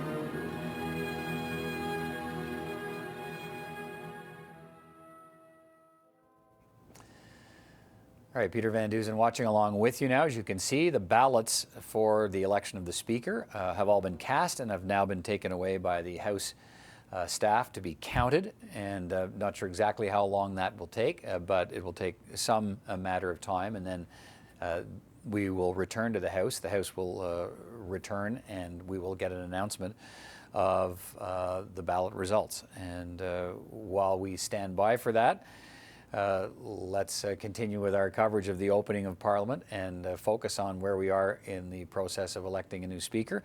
Just before we broke away to watch the balloting process unfold in the House of Commons, I'd been playing my conversation with one of the candidates for Speaker, Carol Hughes, the NDP MP from Northern Ontario, and we had to interrupt that to go to the process in the House. So let me go back and pick up where that interview was, and we'll hear from one of the candidates for Speaker as we stand by to find out the results of the voting on the 5 candidates. Let's listen. So you're the only woman candidate to this point that that's whose name is standing for the job of Speaker, and how do you think that should inform the votes by your colleagues, given that we know the numbers? Parliament, the House of Commons in particular, is still a very male-dominated workplace. So how much of a factor should the fact you're the only woman candidate be in this decision? Well, I don't think that I should be given the position because I'm a woman, but I think, by Parliament looking at, okay, this is a different Parliament. The Canadians have been asking for something different. It was very evident based on what the outcome of the election was.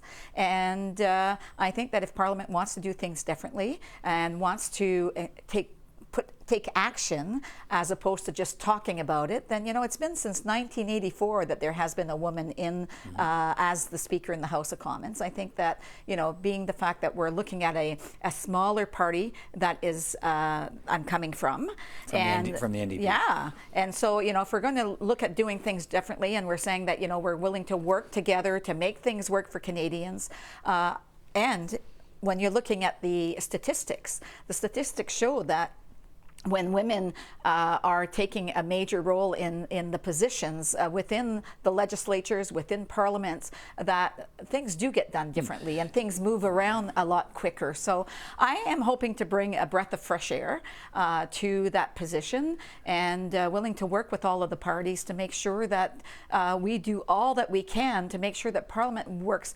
very well in order to get our work done. I know you say you don't want to put anybody down, and I'm not asking you to put anybody down, but what would you do? We've had 4 years of Geoff Regan as the Speaker of the House, and you worked with him.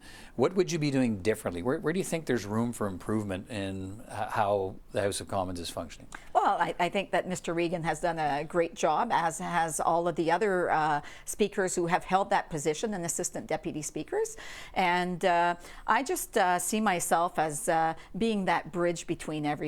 So, you know, the work that I've done in the labor movement, in the justice system, in the mental health system, I think gives me a skill set that can look at, okay, so how do we actually work together? Can we bring the parties together to say, okay, so how do you want the House to actually function? What is it that you see that needs to be improved on? So that I'm open to those suggestions, and then from there we can look at bridging that. Obviously, there's still some problems with decorum, and Canadians want to see that I mean, improved. that's the biggest thing we hear, right? So, Yeah. I mean, I don't think that we'll ever really fix it 100%, but I think that we can do better as parliamentarians to make sure that we make that House work as efficiently as possible to get the work done. Again, what would you be doing differently than Geoff Regan's doing? I mean, he occasionally will name a member, name the riding, and so on, and or you know, pull a question from some MP during question period because of the heckling. Is he doing enough? Would you be doing more, or do you think there's some other way to improve decorum? Well, I think that, you know, a lot of it is education within the parties themselves. So, I mean, the parties have to also take ownership of this, and I think that those discussions with the parties, with the whips, need to happen even maybe more frequently. I'm not saying that Geoff is doing anything that is not being done now, but I think that, you know, that bridge needs to be opened a little bit wider. As I said, you know, we all do what we can do to make sure that Parliament works very well, but I think that there is, again, you know, the extra step to be done, and to me that's education and communications. It sounds like on you're a saying more more fairly regular basis. It sounds like you're saying more. There's a way to talk people into better behavior as opposed to punishing them for bad behavior. Well, exactly. Yeah, so you wouldn't be a more iron-fisted speaker taking more drastic action against people who won't listen to your calls to order. Well, you know, when it comes to the Speaker and the Assistant Deputy Speaker, there is that line of communication there where we often will go back and look and see, okay, so how can we do things differently? I'm willing to bring that forward as well. But I think that, you know, we need to engage the parties a little bit more, like the whips a little bit more, for them to also take ownership as to what is happening. Yeah, I mean, you know, if we have to name them, we do name them. But at the end of the day, I think that we need to look at how we can actually build that consensus within the whips and the parties themselves as well. To do better. In a minority parliament, I guess some people will say, well, why would an opposition MP want to be the Speaker since you can't vote unless there's a tie and you're the tiebreaker? So on confidence votes, it would be important for opposition parties to have every vote available to them, and they wouldn't have that if you're the Speaker. The NDP wouldn't have that. So how do you reconcile that? Well, you know, at the end of the day, again, Canadians are asking for something different. We've heard complaints about the fact that, you know, sometimes it's like being in school and not being able to deal with, you know, those people who are the disturbers or anything. But I think at the end of the day, there is a lot of work that can be done. And coming from a smaller party, I think, again, you know, we'd be sending a clear message.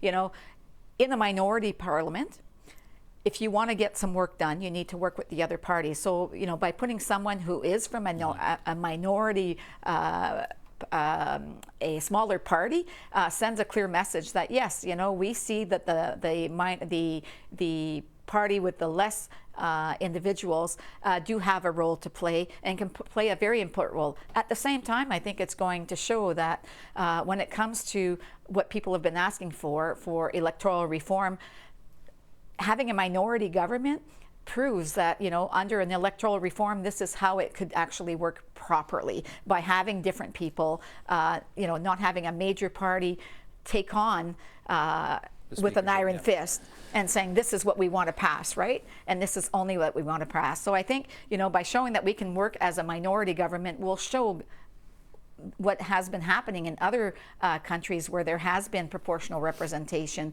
that those individuals are not vying for the power, they're vying to make sure that the policies that they're being put in place are actually working in the best interest of Canadians. All right, NDP MP Carol Hughes, candidate for Speaker. Good to talk to you. Good luck. Well, thank you very much. As our live coverage continues here on CPAC of the election of the Speaker as the first order of business in the new Parliament, 43rd Parliament in Canada, opening today and coming up in about 3 hours from now. The process begins for the speech from the throne, which will be delivered around 3 o'clock, 3:15, from the Senate chamber down the street from the temporary Senate chamber, down the street from the temporary House of Commons, as the renovations for the next decade or so, more, continue on the centre block of Parliament Hill. So we've heard from Carol Hughes. In just a moment, we'll hear from another one of the candidates, Anthony Rota, as we show you what's basically taking place in the House now. It has been suspended. Our slate tells us that, as we are standing by for the ballots which are being counted and for the result to be delivered to the House. I would think, based on past experience, sometime between, I'm going to say 12:10 Eastern Time. So in about 40 minutes from now to an hour from now, we should have the results of the voting and find out who the new Speaker of the House of Commons is. And there'd be no reason, it's a preferential ballot, and there'd be no reason for another round of voting unless there is an absolute tie, and then there'd be another round of reordering a preferential ballot. And so that's always a possibility. I'm not sure how likely that is in this scenario with the 5 candidates, but we expect to see the results sometime in about, I think, the next 40 minutes. So while we're waiting on that, we have also been talking to a lot of new members of Parliament. For them, this is an enormous day in their political lives, having been elected for the first time to the House of Commons. This is a day that can be awe-inspiring for new MPs, sitting in the chamber, representing your constituents, being part of the speech from the throne. The whole weight of the job they are now assuming becomes very clear to them today. If it wasn't clear after winning the election, they will feel it today, sitting in the center of democratic life in this country, certainly at the federal level. On behalf of their constituents, they will feel the enormous responsibility that they have been entrusted with by their voters. So we continue to catch up with some of those new MPs. Let's go to my colleague, Martin Stringer. Peter, I'm joined now by James Cumming. He is the new MP for the Edmonton area riding of Edmonton Centre. You defeated a Liberal incumbent, I think Randy Boissonneau. Congratulations on your win. Thank you. Thank you. It's a pleasure to be here. What is it like on your first day here as a newly minted MP, watching as they choose the Speaker and as we get ready for the throne speech? Well, it's just to see the history and the tradition of Parliament, and to think that you have this opportunity to do work for your constituents. It's really quite remarkable, and I'm excited about finally getting started. Your critics' positions are? Small business and trade promotion. We know that the government has said one of its first items of business, one of its first pieces of legislation is going to be a middle-class tax cut that they're going to table within the next few days or hours. What do you make of that? Well, although I think that's important that we bring down the costs for people, I think particularly in my portfolio with small business, what I'm hearing from small businesses are that all the taxes and the input taxes into creating goods and services are just overwhelming, and they're having a hard time making a go of it. And most of that's because the costs are going higher, and it's making it difficult for them to compete. So they're very, very concerned. Bankruptcies are up, and particularly in Western Canada, we're seeing a real difficult environment. So I'm hopeful in this throne speech that we'll see some things that represent or recognize the difficulties these businesses are having. I was going to say, I mean, is it a given that your party won't be supporting the throne speech if it comes to a vote? I don't think it's any given. We'll have to see what's in the throne speech, and once we see, we'll have to make that decision. Okay. Anything else you're watching for in the throne speech? Obviously, you said small business concerns, a middle-class tax cut. Anything else? Well, particularly from being in Edmonton, I think we've seen this last Parliament was very divisive for Canada. I'm hoping that we'll see some things that recognize the importance of particularly Western Canada and Alberta, and the things that we're looking for. And I'm hoping that we'll see some focus on those things, try and bring this country together than rather policies that divide us. I'm going to ask you the question about the 1,000-pound elephant that's in the room. What's it like joining the caucus, coming to Parliament, having your first day in Parliament, but knowing that for the next few weeks is this overarching issue surrounding your party and your leader, and that is a leadership question? You know, my constituents voted me here to do the good work in Parliament, and that's what I'm going to get focused on. We're a grassroots party. That's for the members to decide, but I'm here working for my leader, and we're going to make sure that we hold this Liberal government to account, and looking forward to it. Okay, James Cummings, thank you very much, and have a good next few weeks. We'll watch with interest. My pleasure. Thank you. And Peter, that's James Cumming, and he is a new Conservative MP for Edmonton area riding. And back to you, Peter. Edmonton Centre, as we stand by, as the ballots are being counted, you can see the little box we put up there in the corner of our screen. The House has been suspended while the votes are being counted for the election of the Speaker, and we continue to follow that process. And as soon as they come back in with a result, we will have that for you, certainly. And we also continue with our one-on-one conversations with the candidates for Speaker of the House of Commons, and we've heard from Geoff Regan, we've heard from Bruce Stanton, we've heard from Carol Hughes, and now we want to hear from Anthony Rota, the Northern Ontario Liberal MP. So to be clear, and this is why it makes interesting possibilities in how this vote could turn out, because you've got two Conservatives running, you've got two Liberals running, and you've got a New Democrat MP running for the job of Speaker. So there's some interesting possibilities about vote splitting and what that could lead to, and what members of Parliament might be thinking about whether they want, in this minority Parliament, do they want to look at the possibility of one of the opposition party candidates being in the Speaker's chair to send a signal about what kind of Parliament this will be. So there's different possibilities. So nothing's a slam dunk in the vote. We want to see how it turns out. And while we do that, we're having a chance to show you some of the conversations we've had with the candidates for the Speaker's job. Here's my conversation this week with Liberal MP Anthony Rota. Anthony Rota, first of all, good to see you. Thanks for coming to speak with me. Thank you. It's a pleasure to be here. You were Assistant Deputy Speaker in the last Parliament to Geoff Regan, another Liberal MP.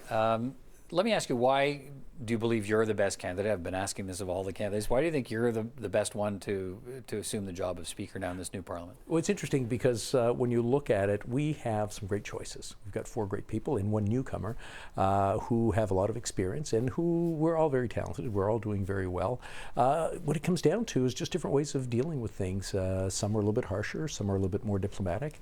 And I'd like to think that I'm more on the diplomatic side and able to work with people. It's something that I've always done, and I've chaired a number of boards and committees over the years. National Caucus Chair, Ontario Caucus Chair for the Liberal Party, and it's hard to describe what it is you have different, and it's just something that people tell you, well, you know, you were firm, but you were respectful.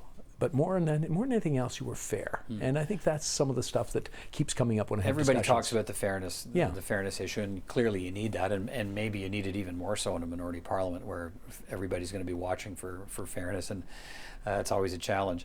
But you talk about the difference between diplomacy and maybe firm-handedness and so on. I've seen a lot of speakers try the diplomacy thing over the years, and you still have a raucous, often disrespectful House of Commons. So does diplomacy work? Well, it depends on how you implement it. I mean, you've got that iron fist, but you've got to have a silk glove around it, and it depends on how you say stuff sometimes, and just how it gets conveyed to the individual. That's one of the key things. One of the strengths is maybe using a little bit of humor with it at first, and not being afraid to escalate it. And those are all things that you have to use with judgment as you progress. I know when I was in the chair, we had a few incidences where it got raucous, and you just calm it right down and you move on from there. My wife is a teacher, so I learned a lot from her on what to do with children and keep them in line. I'm not saying that MPs are children, but sometimes the emotions take over and they get somewhat raucous, and it's time to calm them down. My wife's a teacher too, so you know, both of us have had a lot of collateral learning. Exactly. Yeah. But again, it comes down. So I mean, you've watched 4 years of Geoff Regan.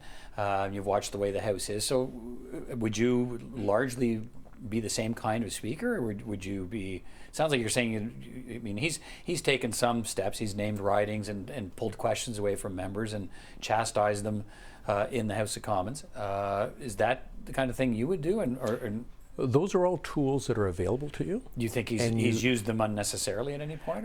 You know what? Jeff's done a great job. I'm not going to criticize Geoff. I mean, he's been super. So why vote for you? Well, because I'm different. And the way I'm different is the way I deliver. And again, a lot of it has to do with how you would implement something like that, like, you know, how you escalate.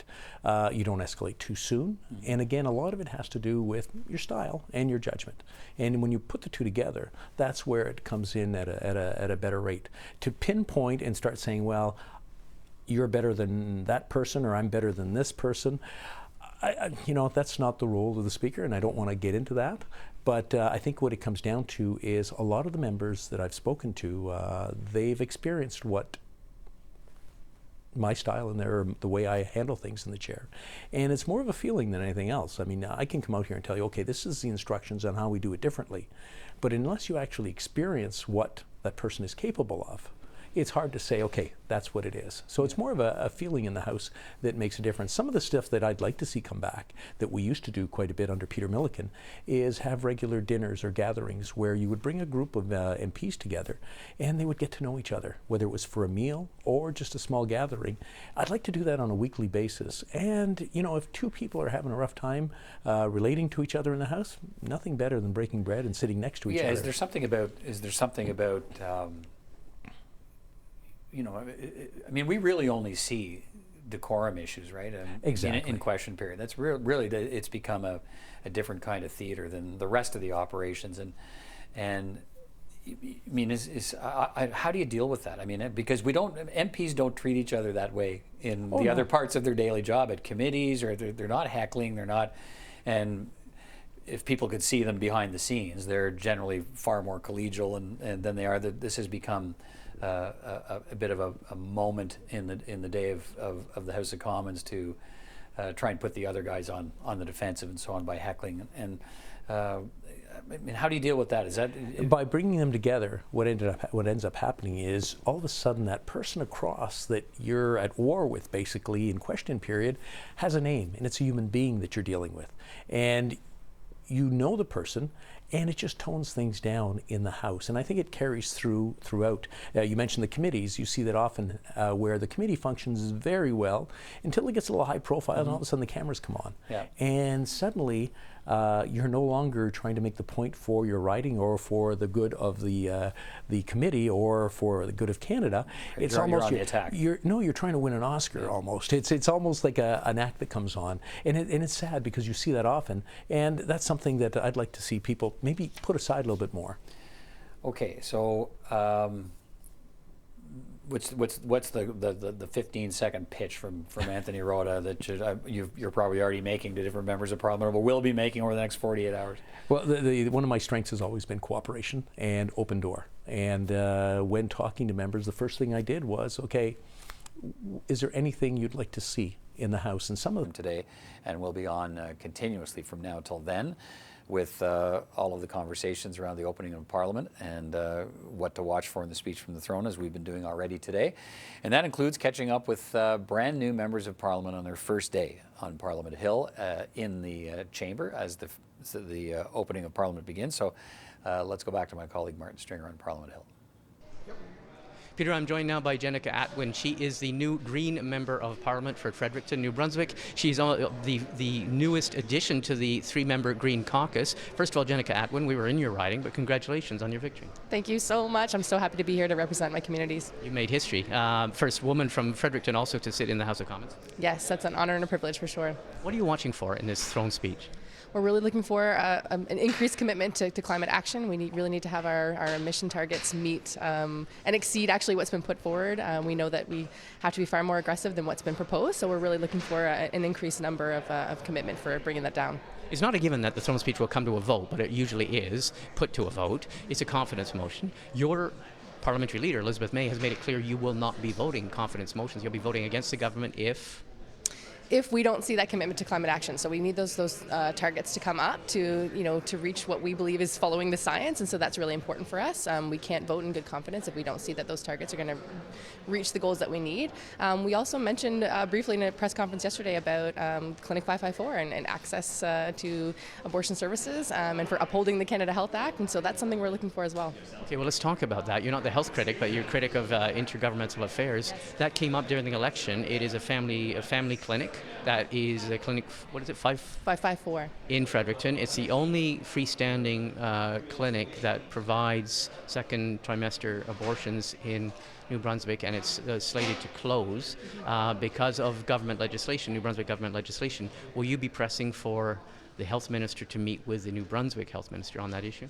Absolutely. So working with my provincial colleagues is an important privilege that I've been given, and it's making those connections, making sure that there's an open dialogue there, because there's been a lot of pressure. We're happy to see other leaders step forward as well as make this a priority, but we need some pretty quick action on this because the closure is imminent. The clinic is already up for sale, so we need to see this move pretty quickly. A personal question. You became just the third MP, so you increased the caucus of the Green Party. But the moment you were sworn in as an MP, it was the same week that the leader, Elizabeth May, announced that she was going to step down as party leader and just remain as parliamentary leader. Mm-hmm. Any thoughts on that? I mean, it's certainly a change. I admire her leadership so much, and I'm so thankful to have her by my side during this experience. And we're just going to see how it works with her as our parliamentary leader. And I'm very confident in Joanne's abilities to carry us through until October when we elect our new leader. This is Joanne Davidson, is it? Joanne Roberts from Halifax. Yes. Who is your party leader? Yes, interim leader. Yep, she's wonderful. All right. Well, I want to congratulate you, and I wish you a productive and happy next few weeks and months. Thank you so much, Martin. Always a pleasure. Let me bring in 4 members of Parliament to talk about this big day, the opening of the new Parliament and the new minority government. Let's go to the foyer of the House of Commons, where you'll find Pam Demoff. She's an Ontario Liberal MP. Mark Strahl is the whip for the official opposition Conservatives. Réal Fortin is the justice critic for the Bloc Québécois. And Daniel Blakey is the critic for democratic reform for the NDP. Good morning to all of you. And welcome to this very big day in the life of the nation, in the democratic process, the opening of Parliament. It's good to see you all. Pam Demoff, let me start with you. We expect to hear a speech from the throne that touches on tax cuts, pharmacare, climate change, gun control as some of the key issues. What will the tone of the speech be in a new minority parliament where the government will be constantly looking for opposition partners to implement its agenda?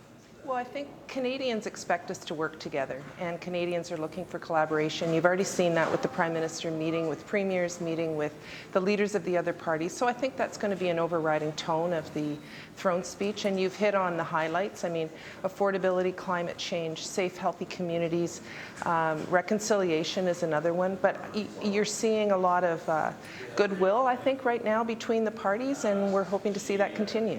Mr. Strahl, how long do you think the goodwill lasts? Well, we'll see. It's always easier to say those words than to deliver on them. So we'll see if the Prime Minister has taken any lessons from the election, where obviously lost support in key regions of the country, lost 1 million votes from 2015, and was sent a message, I think, that it is time to bring the country together. That's what we'll be focusing on. It was a very divisive campaign. We've seen the aftermath of that. It's been very telling to see the rise of the Bloc Québécois in Quebec, Western alienation rising again. So there's a big job ahead of the Prime Minister, and we'll be looking to work for Canadians in this Parliament. Monsieur Fortin, what are your expectations for the speech from the throne? And your leader's already said the Bloc has no intention of defeating the government on the speech from the throne. So what do you want to hear from the speech from the throne today? We believe that the electors give a strong signal to Mr. Trudeau, and we hope and we are pretty confident that Mr. Trudeau understands and will deliver something for Quebec. Well, we especially want something for our elderly, for the farmers, for the environmental question. This is a very, very strong issue in Quebec. We hope that the government will acknowledge what the electors have decided for the next parliament. So it should be okay. Okay, Mr. Blakey, what are your expectations for the speech from the throne, and what's the sort of bottom line for the New Democrats?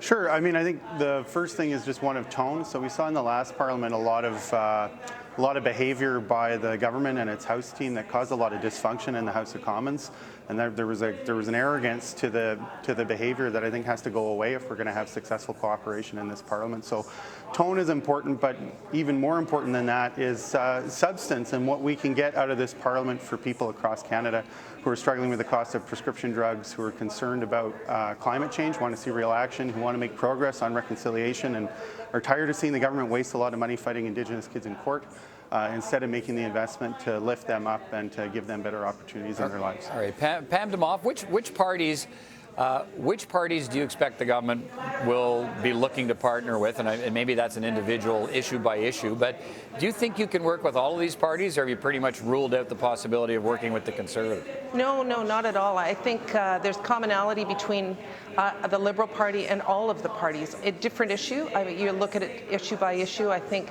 a middle tax cut is one that we'll see agreement at least with one of the parties, making life more affordable. I think there's agreement on a number of issues with different parties, and I think that's what will require us to be working collaboratively with all parties, not just picking one or two to work with. Mr. Strahl, in listening to Andrew Scheer this week talk to caucus about the opening of the new parliament, one got the sense listening to him that the Conservatives might be more interested in looking for opportunities, putting the government essentially on notice and so on, and looking for weaknesses in the government. Is the inclination to look for reasons to at some point bring down the Liberal government or find ways to work with them? Well, I think that our job is not to work for the Liberal Party. Our job is to work for Canadians, and where the government's agenda is in the best interest of Canadians, we'll support it. But we've been sent here as the official opposition, the largest official opposition in Canadian history, to provide that sober second thought, to provide an alternative, a government in waiting, and we make no apologies for that. So we'll look to the government to do things to address, for instance, the record number of bankruptcies, personal bankruptcies that we heard about this fall, people struggling to make ends meet as the holidays are right around the corner. So we'll be focused on affordability, helping. And if the government has that as part of their package, we'll look at it on a case-by-case basis. But should we expect occasions when we will see Conservatives voting with Liberals on a Liberal idea, Liberal policy, even though they'll find they might also get support from the other parties? But will Conservatives be inclined to say, look, we like what's on offer here, we'll support it, or oppose it simply because you're the opposition, which is often the job of the opposition? No, I think our leader, Andrew Scheer, has been very clear in his meeting with the Prime Minister. He laid out his ideas for things that we could work together on. We've obviously want to get our energy and forestry workers back to work. If the government has a plan, if they would like to repeal Bill C-69 or C-48, we'd be on board with that. If they want to move ahead on the Trans Mountain Pipeline, we'd be on board with that. So there are instances where we've even said, take some ideas from our platform in terms of real action on the environment, home energy retrofit credits, ending raw sewage dumps. I think those are things that we could work together with the government on, but we're not here to prop up Justin Trudeau's government. We're here to work on behalf of all Canadians. All right. Monsieur Fortin, what are some of the bottom lines for the Bloc Québécois in terms of where you're prepared to work with the government and where you're not? We're prepared to work with the government as long as the government wants to work with the Quebec interest. We're going to be there for Quebec. If it's good for Quebec, we will vote for it. If it's not good for Quebec, we'll propose modification. If it's not accepted, we don't get to an agreement, we will vote against it. This is our standing. That's what we propose to the Quebecers. That's what we will do in that parliament. But talking about some particular issue, again, I would say that the pension for the elderly, this is something very important for us. The health transfer have to be raised. It doesn't make sense the way it is now. The costs always go higher and higher, and the transfer are going lower. So we want it to be back 6% raise every year, and we will be very attentive on these issues. Same thing for environmental question. We want the government to put money in the electric car industry. We want to, again, to be there for Quebecers. What we said during the electoral campaign will be our track for the next parliament. Right, but you're inclined to give this government a chance to work, right? Your leader said you're not here to defeat the government. No, and I agree with it. I'm happy with that. That doesn't make sense. We were in Canada. I won't. It's not something that I will tell you that we want Quebec to be independent. But now we're part of Canada, so we want to work for Quebec to get the best part of it that we can get in our interest, and that's what we will do. All right, Mr. Blakey, does having the Bloc Québécois suggest that it's prepared to give the government a fair bit of runway? Does that embolden the Democrats to maybe push a little harder, because you know that the government may not fall with the support of the Bloc? Does that give you some space to really push? Well, I mean, we're here to push anyway. We were pushing in the last parliament. We'll always push to the best of our ability to get initiatives out of government that we've heard from Canadians are things that are going to help them afford the things they need, whether that's housing, prescription drugs, or taking real action on climate change, and frankly, avoiding some of the costs that come with inaction on climate change as well. So we are here to push, and we are here to work with the government, and it's good. I mean, a lot of this is really up to the Prime Minister. It's up to his attitude, and it's up to him to select who he wants to work with. I think there's a good case, if he wants to simply just kind of stay in the PMO, he's got options in Parliament, but if he wants to make headway on some of the issues that Canadians have identified as being of real importance to them, including climate change and better health services with programs like Pharmacare, then I think we're an obvious partner. If he's not interested in moving ahead on those files, then he's got options of other parties to work with. All right, so let me finish on this. Pam Demoff, the first test of confidence for the government may in fact not be the speech from the throne. It may be a supply bill next week. Do you have any doubts that you'll get the support of the other parties to at least get through the next week here in Parliament after we hear the speech from the throne today? Well, I certainly hope so. I don't think anybody wants to be, including Canadians, wants to be back out on the campaign trail. But, we have some control over that. We work with the other parties, but at the end of the day, they're the ones that decide whether or not they're going to vote for the estimates, for the speech for the throne, for any legislation. Okay, Mr. Strahl, let me ask you, your party perhaps faces another particular challenge, notwithstanding its role in the House of Commons, and that is the challenges to Andrew Scheer's leadership coming from within the party. How does that influence or affect your ability to be an effective opposition if there are concerns about the effectiveness of your leader? It does not. We are here as a strong, united caucus, and we are focused on the job at hand. There might be some Toronto consultants that are keen to make some money and make some noise, but we're not paying attention to them. We're paying attention to the Canadians, the millions of Canadians who voted for us in record numbers, more votes for this iteration of the Conservative Party than at any time in our history. We've been given a strong mandate to provide a strong opposition. We're focused on that. We're happy after 6 weeks of Mr. Trudeau's vacation that we're back here at work, and we're looking forward to getting down to business and holding this government to account. All right, Monsieur Fortin, and no doubt today you'll have. Sorry, go ahead. No doubt today that your party will be supporting the speech from the throne. Well, okay. That's what we expect. We will vote on that later on today. But yeah, from what we see at this point, we believe that Mr. Trudeau will put in this throne speech what Quebec needs for, at least in the outline, for the next parliament. All right. Final word to you, Daniel Blakey.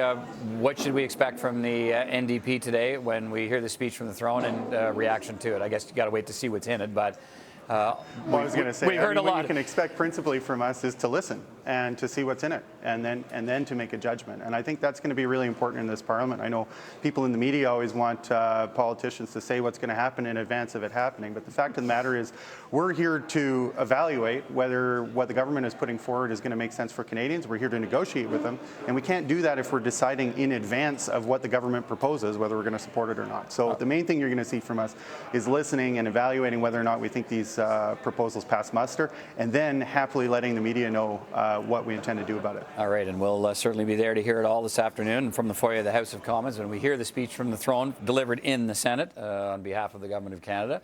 And I thank you all for your time this morning. We'll talk again. Pam Demoff, Mark Strahl, Réal Fortin, and Daniel Blakey. Good to talk to you. Good to talk to you. Have a nice day.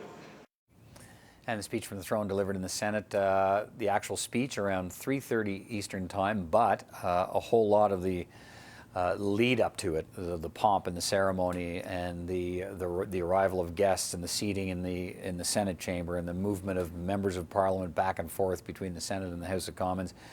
It's an interesting process to watch unfold. We've watched it many times here in CPAC. We'll have it all for you. That begins around 2:15 or 2:30, the actual pre-game, if you will, for the delivery of the speech from the throne. That involves pre-positioning so many guests in place before it actually gets delivered by the Governor General in the Senate chamber. We'll have that for you, of course. Réal Fortin, I think, perhaps misspoke, said that MPs would vote on the speech from the throne later today. Not so. In fact, they may pass judgment on it later today, but the actual vote will happen after a half dozen days of debate later on in the parliamentary calendar. And as I say, the first vote of confidence will likely be middle of next week on a supply bill. In other words, voting money for government operations to continue. And so that will be the first test of confidence. That's likely to pass, no questions, no problems rather. That will likely pass to support the ongoing operations of government. Then there'll be a vote later on the speech from the throne. The government's not obliged to hold a vote on the speech from the throne, but indications from the government leadership is that that's what will happen. So while we continue our coverage and we show you the House of Commons slate again here, this is what's happening in the House. The ballots are still being counted. They've had the speeches from the candidates, 5 of them for Speaker. The members of Parliament have cast their votes as to who they want to represent them, to lead them in the Speaker's chair, to oversee question period, to defend their rights and privileges, to manage the $500 million budget of the House of Commons. That voting has taken place, and as you see now, the ballots are being counted, so we're awaiting the results of that vote. We think sometime in the next 10 or 15 minutes, we should see some activity in the chamber and the announcement of the results. And so we continue to monitor that, and we'll have that for you certainly live as soon as that begins to take place. In the meantime, we are catching up with brand new members of Parliament who are here for their first day on Parliament Hill, the opening of the 43rd Parliament. Let's go back to my colleague, Martin Stringer. Peter, I'm joined now by another new member of Parliament. Lenore Zann is the new Liberal member for Cumberland-Colchester in Nova Scotia. First of all, Ms. Zann, we were in your riding. Congratulations on your victory. Thank you. Thank you so much. It's great to see you again. The impressions, your first day here as Parliament opens. Wow. Nothing really gets you ready for what this is once you get here. I'm blown away. I love the building. I love what they've done with it. And my goodness, there are a lot of people here, and I'm starting to get to know them one at a time. And you are not a newbie to politics. You were 11 years in the Nova Scotia legislature at Province House. That's right. Well, 10 years as an MLA, 3 different terms, and being in a majority government, and then as an opposition member for 6 years. It certainly gives me a well-rounded approach. So I'm looking forward to working with people in other parties and working with my new colleagues. In anticipation of the throne speech, what are you hoping to see in the throne speech? When we were in your riding, you named some of the big issues that were issues this election. What are you hoping to see in the throne speech? Well, obviously climate change is huge. Coming from Nova Scotia, which is surrounded by water, and in a riding that is particularly has an isthmus, the Chignecto Isthmus, which connects Nova Scotia to the mainland, I'm very concerned about the rising seas, and we need to do as much as we can to address the issue so that it doesn't get worse. And I know that a lot of people in my writing are caring about this issue. A lot of the kids, a lot of the youth came to my office. They were my first constituents to visit my office before I came here. And I'm going to be looking to see what we're going to be doing about that. Healthcare. We know that there will be mention of pharmacare, and there may be more details. Healthcare was a huge issue in your writing and in the whole Atlantic region when we were there. What would you hope to see? Some of the premiers are saying pharmacare, maybe that's an interesting idea, but we need more transfers. We need more basic. We don't have enough basic transfers for the other things that we need to provide in healthcare. Well, the Liberal government has already said they're going to raise our transfers by 4%, which is pretty substantial. Our biggest issue right now is finding doctors. I live in a rural district, and I believe this is the same across the country. There are many doctors who are retiring, who are leaving. We need doctors. I have a couple of seniors' homes in my writing where now the owners are saying unless people have a family doctor, they're not going to take them in. And if they leave to go to the hospital to see a doctor and they get hospitalized, they're not going to let them come back. So what can Ottawa do? I know it's a provincial jurisdiction, and I know you face this in your election campaign, but what can Ottawa do? You know, I'm not exactly sure what the answer is for getting doctors to the rural districts, but some people who are experts at this need to put their heads together and find some solutions, because it's going to remain an issue until the next election if it's not dealt with now. And I really care about our seniors and the families that just don't have family doctors. So I'm looking for help here. Okay. Yeah. And you're adapting pretty well to this new life as a federal MP? I love it here. I love Ottawa. It's a beautiful little city. I've lived right across the country. I've lived out west and in Vancouver and Toronto, Montreal, Regina, Saskatchewan. As an actress, yeah. As an actor.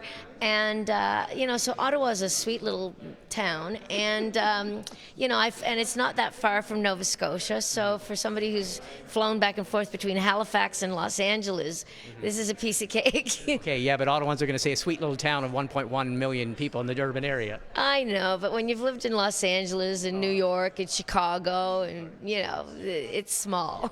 Okay, well, listen, I want to thank you very much, and I want to wish you all the best for the next few weeks and months. I really appreciate that. Thank you so much. Deal with Western alienation. The Liberals were shut out of Alberta and Saskatchewan in the election because of anger at Justin Trudeau's environmental policies. Since then, he's appointed Chrystia Freeland as Deputy Prime Minister and Minister of Intergovernmental Affairs to deal with provincial premiers. Now, she represents a Toronto riding, but has been fond of pointing out that she was born in Alberta. And the new Environment Minister, Jonathan Wilkinson, he represents a Vancouver riding, but he was born in Saskatchewan. Important moves, perhaps, but Westerners will be looking for more in the speech from the throne. What should they expect? Let's bring in two guests now to discuss that. Colleen Collins is the Vice President of the Canada West Foundation, and Laurie Williams is an Associate Professor of Policy Studies at Mount Royal University. They both join me from Calgary. Good to see you both. Thanks for being here. Thank you. Laurie Williams, if I can, let me start with you. What does the Prime Minister need to say through the speech from the throne to angry Canadians in the West? Well, he needs to give an indication of what he's going to do about the issues that are troubling Albertans and people in Saskatchewan. And that's centrally going to focus around investment. So I'm guessing there will be a discussion not just of infrastructure spending in a broad sense, but also specifically what's going to happen within Alberta. He has met with mayors of major cities in both Alberta and Saskatchewan, so there may be something targeted there. And then, of course, more broadly, he'll refer to Trans Mountain being back underway. But he may also have to talk about things like fiscal stabilization and what he's willing to do with on that. And that's, at least in part, going to move the attention away from equalization and looking at other sort of sources of federal funding and investment. Well, let's drill down on some of these as we go along in our conversation. But Colleen Collins, let me bring you in. What do you think the Prime Minister, through this speech from the throne, needs to address, needs to communicate to those Westerners who feel alienated by the Liberal government? Well, I think he needs to demonstrate that he's heard the premiers, that he's heard Westerners on the issues that concern them. But, primarily it's really about, I would say, committing to true cooperative federalism. So, Bill C-69 was introduced. There was lots of consultation in advance, but the actual bill itself was rushed through the House of Commons.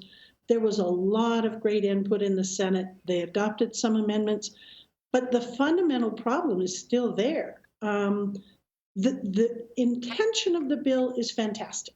There's no question.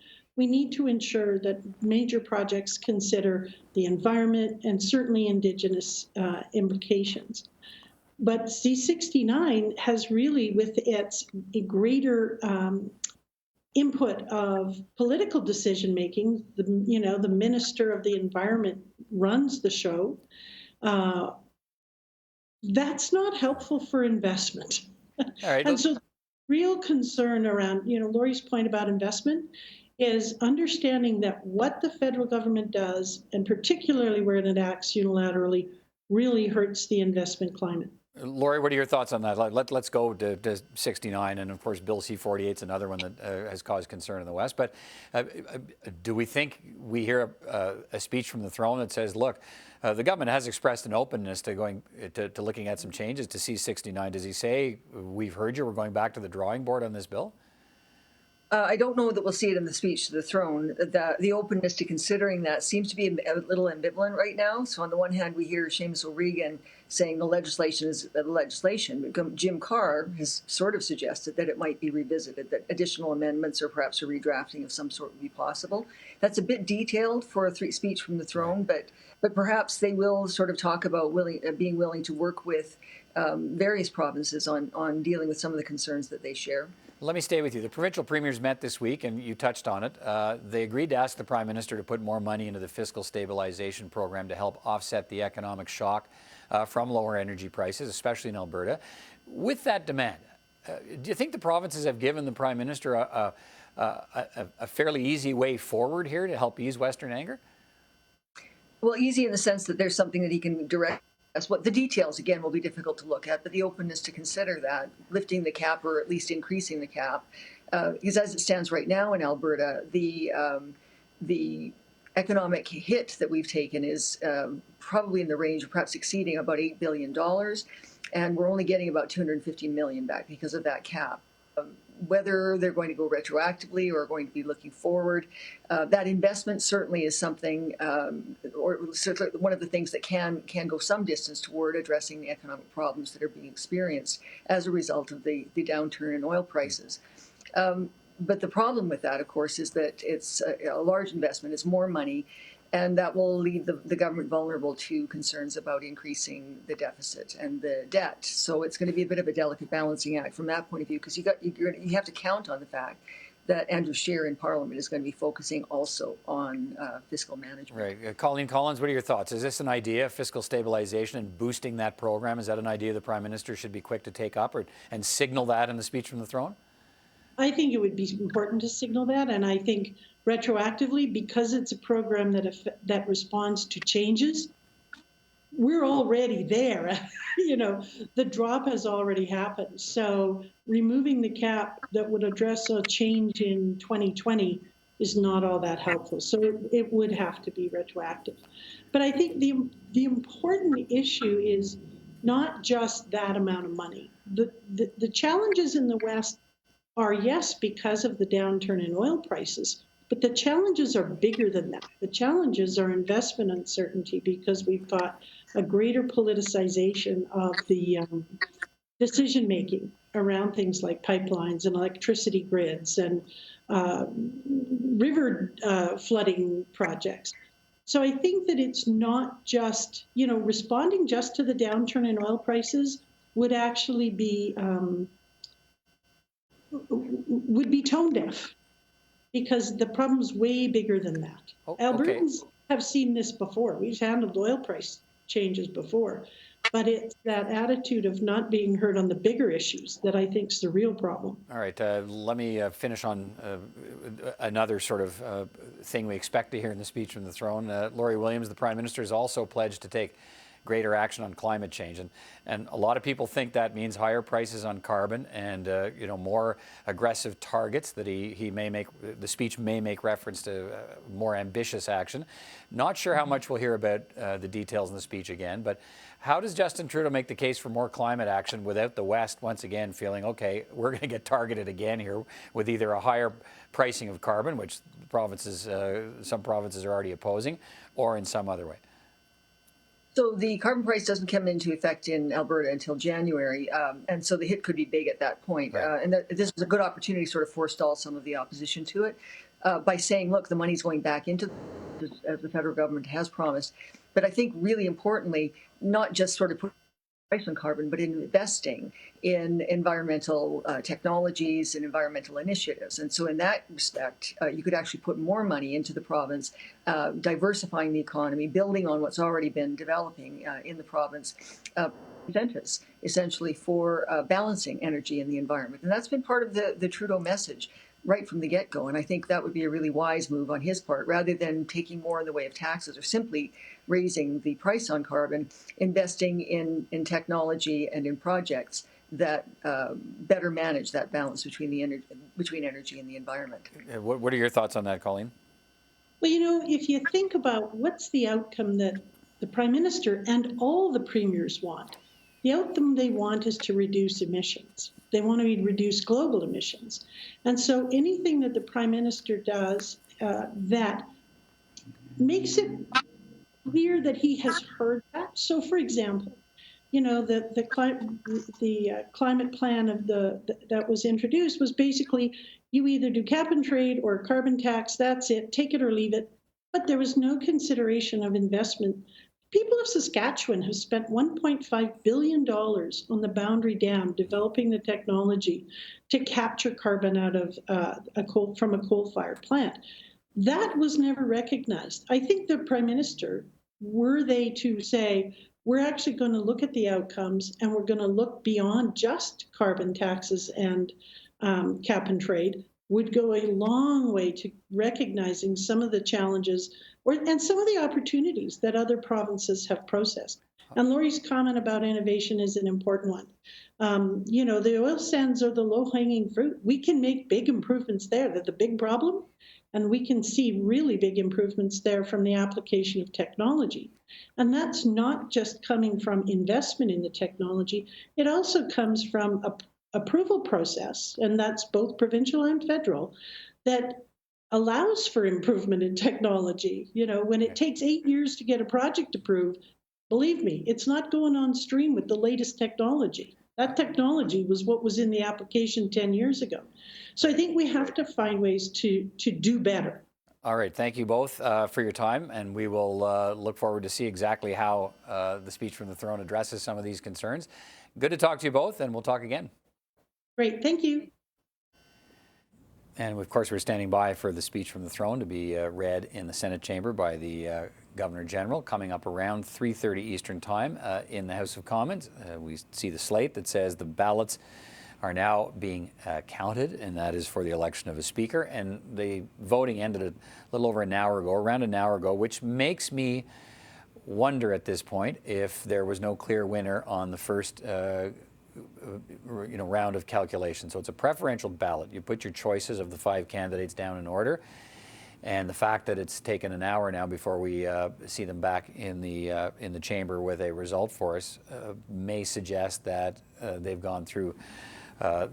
Nobody wanted essentially on the first, based on first choices. So we're now calculating second choices, maybe beyond that, to get to a winner. So we yet to have a winner. We keep an eye on, of course, the House to see as soon as they come back with an announcement, we'll have it for you. And this shot of Parliament Hill, this is the shot Canadians have come to know, of course, of Centre Block and the Peace Tower, an iconic Canadian landmark. And you see all the construction taking place in front of that. So that building is closed. We have a temporary House of Commons and a temporary Senate. They are about a half kilometre apart, just off Parliament Hill. The House of Commons building is still on Parliament Hill in what was the West Block. It's now been renovated for the House of Commons, and the Senate is down Wellington Street, down towards Sussex Drive in the old conference building train station where the new Senate is now located. So members, that's important because members now go back and forth for this process of not only electing the Speaker this morning, but when we have the speech from the throne, they go back and forth between the two chambers. In the old House of Commons, which you see on your screen there, the squared off section you see on the left was the area of the House of Commons. On the right was the area of the Senate. So the travel time back and forth was merely probably a couple of hundred steps down the hallway. It's now more than that. So that does play a role in the ceremony today, and it is a very traditional and ceremonial day, the delivering of the speech from the throne.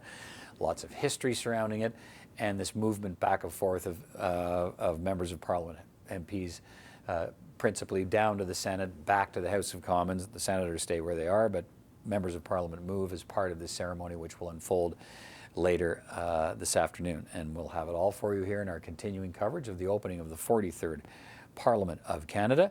And that includes talking to new members of Parliament, which we've been doing, and we're also going to hear in our coverage today from people who are re-elected as well. But right now we're focusing on people who've been sent to Ottawa by their constituents from all across the country and are getting the full weight of what that means, that responsibility as Parliament opens, and they take their place in those green chairs in the House of Commons, and they are part of this opening of Parliament, and as I say, in some cases, solemn ceremony that takes part, and that's when they'll feel the true weight of the job they've been given by the Canadians who elected them. But let's hear from another one of those new parliamentarians. Let's go to Martin Stringer.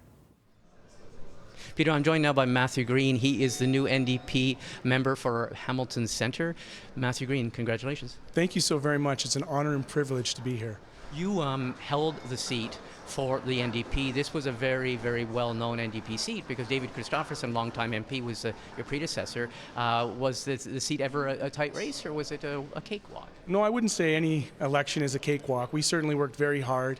You know, we've always been a New Democratic seat, and we were blessed to have incredible volunteers and supporters that carried us across the finish line. You have a background in city government? That's right. I was a very proud Ward 3 city councillor in Hamilton. What are you watching for in the throne speech? Well, we're hoping to see some real action on climate change. We want to see, hopefully a continuation of a pharmacare program, something that is real and universal. And we also want to see affordability addressed. And, for my residents in Hamilton Centre, housing costs are through the roof. We're in a dire crisis right now for housing.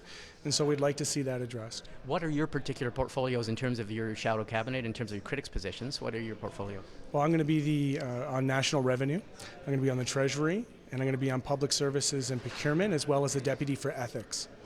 Okay, let's talk ethics. I know there was talk at some point of reviving the inquiry into SNC-Lavalin. To do that, it would probably take all three opposition parties on a committee, for example, the Ethics Committee or the Justice Committee, to revive that inquiry. Do you think that's a big priority for your party, and is that a big priority for you? Well, I think, at the end of the day, I have the privilege now to work under Charlie Angus, and we'll be taking his lead on that particular file.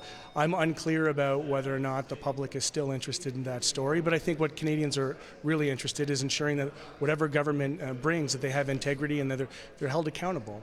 I guess the last question is a lot of people wondering and pressing your leader, is he or is he not going to support the throne speech if it comes up for a vote? It's not a given that it'll be voted on, but your thoughts on that? Well, I think we have to first hear it. It's a hypothetical question, but I think that we're certainly willing to work with government. We want to see that, again, pharmacare be introduced. We want to see the environment be tackled, and we want to see that they drop the proceedings against Indigenous children. Impressions of this first day so far? You can tell that we're steeped here in hundreds of years of history. I feel connected to every member of Parliament who has come before us. The traditions and the rituals endue a sense of seriousness about what we're about to undertake here in Parliament. And I'm very excited and privileged to be here serving my residents in Hamilton Centre. Well, we thank you for speaking with us. Thanks a lot. Thank you so much for having me. And Peter, that's Matthew Green. He is the newly elected NDP MP for Hamilton Centre. Back to you, Peter.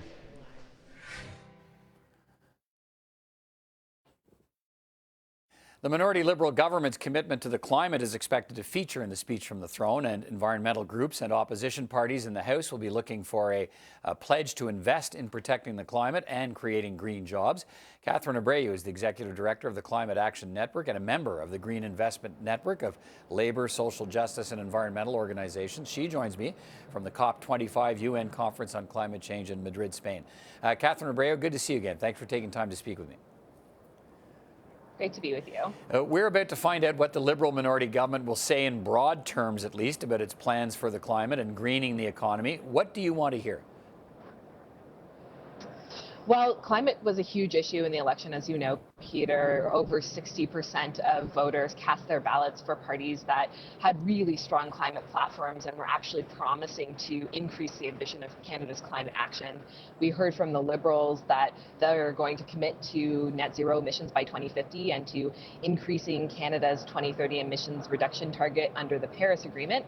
And so I'm really looking forward to hearing how they plan to lock that ambition in the throne speech. And a big part of it has to be how we're going to stay accountable to those climate commitments. Canada's been setting targets since the early 90s and we keep missing them. So how are we going to actually lock in mechanisms like legislation that will help keep us on track? Of course, a big part of the equation is job creation, and we know there are a lot of opportunities in the clean economy as we work to protect our climate. So I'm also looking for some words on how they're going to work to implement a Just Transition Act, which is something else that they promised in their platform. All right, let's break some of that down. The Liberals did not win a majority, but do you believe they in fact have the mandate to push ahead with more ambitious climate action? I absolutely believe that the Canadian electorate handed a strong mandate to this minority government to take action on climate change. It's true that the Liberals didn't win a majority, but the other parties that they'll be working with on these issues, the NDP, the Green parties in the Bloc, have really strong climate plans. And pretty consistently, analysts are saying that the Conservatives were hurt by not having a strong climate plan. And so I think it's fair to say that climate protection was one of the priorities of voters in election 2019, and we can look forward to this minority government getting to work on this key issue. Speeches from the throne don't typically go into great detail, but and you've touched on a little bit of some of the things you want to see. In terms of specifics, what do you want to hear about climate change targets? Does the speech need to commit the government to more ambitious targets, and as you touched on, maybe even a promise to enshrine them in law? Absolutely.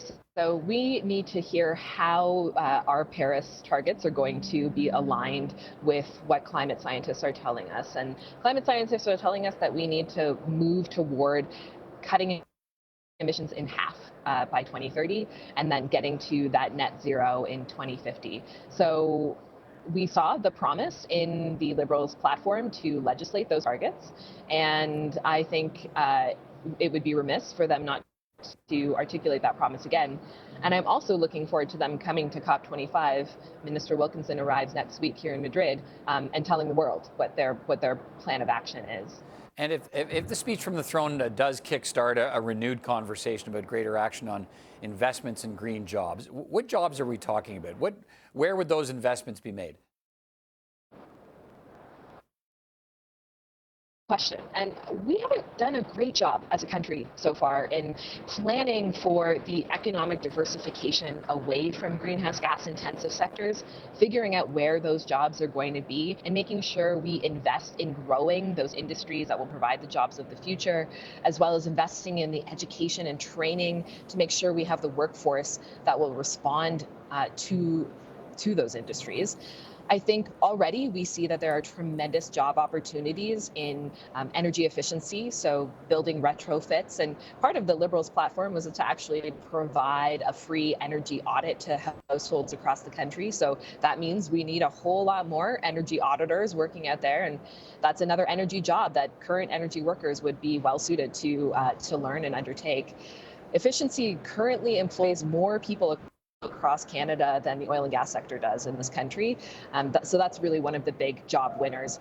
We also saw some promises to, plant a number of trees, and those are job creators as well. But I think it's important to understand that it's not about just all the jobs coming from one industry. It's about having a diverse, healthy economy that protects people and the planet.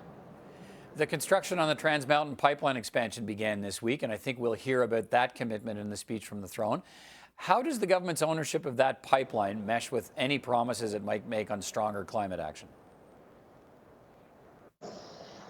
We are still in need in Canada of a courageous conversation about how we prepare for a future where we're not relying on the oil and gas sector as we do now. Doesn't mean that that sector goes away tomorrow, but we have to be real about the fact that we cannot continue to build fossil fuel infrastructure like the TMX pipeline and hold to our domestic and international climate commitments. We can think about alternatives to continuing to produce fossil fuels, continuing to invest in this kind of infrastructure. It is necessary for us to take some of the resources we're currently pouring into that sector and devote it to the kind of economic planning, job future planning that I'm talking about. This kind of cognitive dissonance is pretty common in Canada, to believe that we can meet our climate commitments while continuing to double down on fossil fuels. But from my perspective, fossil fuels are infrastructure of the past, and we need to be thinking about the infrastructure that's going to carry us forward into the future, while making sure we're having that conversation in a way that's inclusive to workers and that responds to local needs. And as a Nova Scotian, I really care about making the meaningful work and where their families are, rather than continuing this trend of having to move to other parts of the country to find work. All right, so let's think about how we're going to invest in our communities. Let me ask you this, Catherine. Does stronger climate action necessarily mean a higher price on carbon? Is that a must? And if so, how does the federal government push that on reluctant provinces who are already fighting the existing carbon tax? Yeah, carbon pricing is just one tool in the toolbox. We're at a place when it comes to climate change right now where we have to use all of the tools available to us. We can't let any one of them go. And carbon pricing has a role to play, along with other policy and regulatory mechanisms that help us drive down emissions and diversify our economy to create good jobs. So it's true that all of those policies, regulations, and carbon pricing working together will have to get more ambitious over time, and that does mean the carbon price will have to increase over time. The thing is, carbon pricing is not unusual. It's not unique to Canada. Jurisdictions around the world have been pricing carbon. It's really increasingly a norm. And we find that while there is often pushback when carbon prices are first introduced, we saw that in BC in 2007, that over time, as people get used to it, and particularly as they start to see the revenue of carbon pricing making an impact, both in paying for climate solutions and in being returned to them to help their household and to also help their community, that there is growing social acceptance. So at this point, the carbon price has made it through the election. That was one important hurdle, I think, for it to cross. And we are, looking forward to figuring out how carbon pricing, along with all of the other pieces of the puzzle, can build Canada's climate ambition over time. And I do hope that the provinces can come on board, because they have really important ideas when it comes to climate action, and I think it's necessary for them to be a constructive part of the conversation. All right, Catherine Abreu joining us from Madrid, Spain. Always good to talk to you and get your perspective. We'll talk again soon. Thanks for having me. All right, continuing live coverage here on CPAC of the opening of Parliament. Standing by, we do hear from the foyer of the House, the bells ringing, and according to the program of this day, when the bells are ringing at this point to call members back to the House, that means there's been a result in the election of the Speaker. Let me just sort of refresh, maybe we still have the slate there if we do, the 5 candidates that we can show you as we stand by, and as soon as we see the Dean of the House of Commons, who is Louis Plamondon, a longtime Bloc Québécois MP, was a Conservative before that, he will be in the chair to let us know which one of these individuals has been chosen as the Speaker of the House of Commons.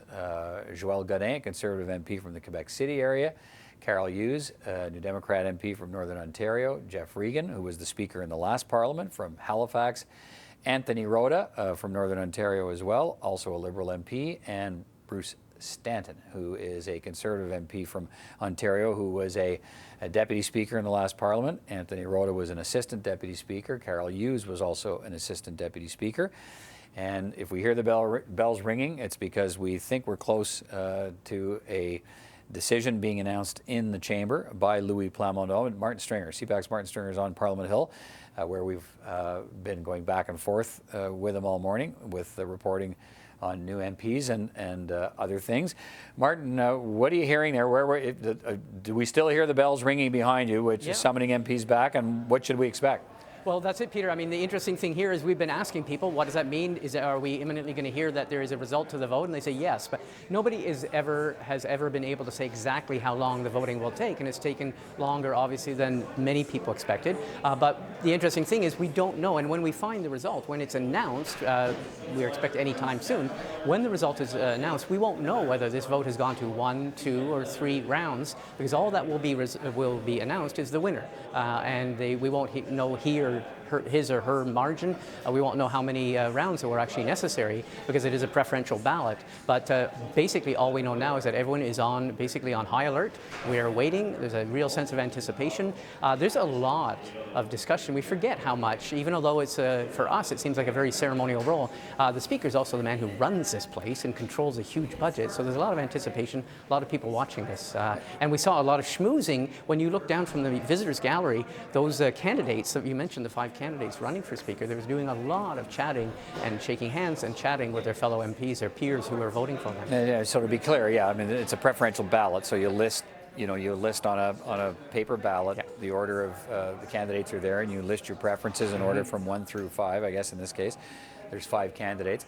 The fact that it's been voting, I think, ended shortly after 11 o'clock. And okay, we are in the House now, so let's go find out what happened. Thanks, Martin. Je vois que tout le monde, everybody see the white smoke. Vous savez, plusieurs députés m'ont demandé comment on pouvait demeurer 35 ans député de suite avec 11 élections. Alors, 3 petits conseils rapides. Le premier, savoir gérer ses frustrations. Et la politique, c'est une suite de frustrations. Vous allez voir, pour les nouveaux surtout. Le deuxième, c'est savoir parler de façon intelligente et préparée. Et là-dessus, je vous raconte une petite anecdote. Quand je suis arrivé en 84, j'ai fait 3 déclarations dans le premier mois, qui étaient 2 contraires à l'alignement de mon parti. Alors, il y avait un vieux sénateur au premier caucus qui m'a dit « J'aimerais vous parler ». Je dis vieux, mais aujourd'hui, je ne le trouve pas si vieux que ça. Mais il m'amène à son bureau, il dit « Voulez-vous faire de la politique » Il m'amène à son bureau « Voulez-vous faire de la politique longtemps ?» Je dis « Oui ». Il dit « Regardez sur le mur ». J'ai regardé sur le mur, il y avait un magnifique poisson empaillé. Il a dit « Voyez-vous, lui, s'il s'était fermé la gueule, il serait encore vivant. »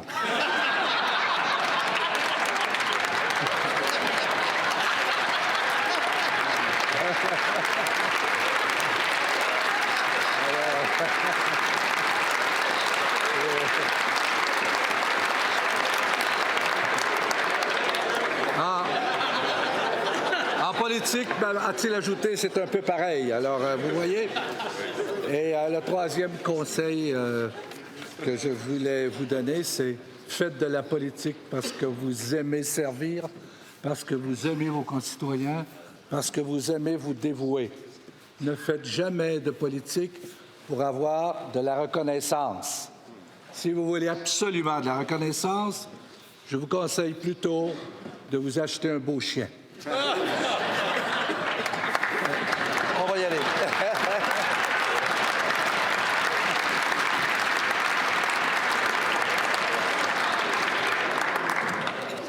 J'ai maintenant, it's my duty to inform the House that the Speaker in the House has been duly elected. It's with great pleasure that I do now invite the honorable member for the electoral district of. C'est avec grand plaisir.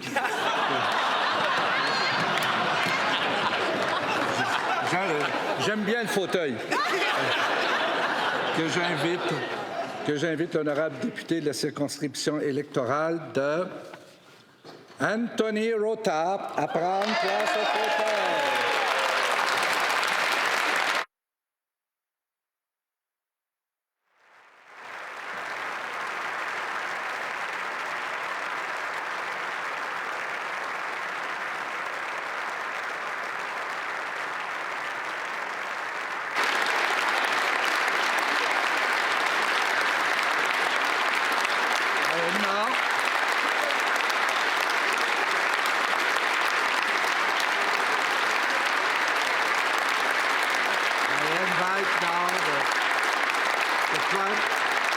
I now invite the Right Honourable Prime Minister and the Honourable Leader of the Opposition to escort the Honourable Member for the Electoral District of Nipissing-Timiskaming au fauteuil. Allez, il est là. Allez vous faire. Par l'autre bord, allez à l'arrière.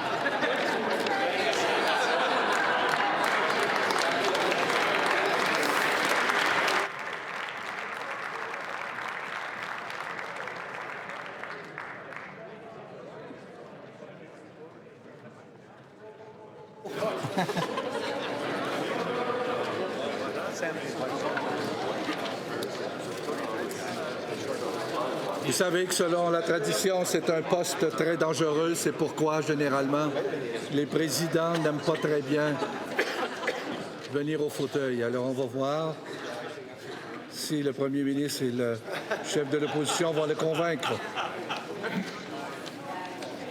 Où est-il? Il a eu peur. Il pense à son affaire.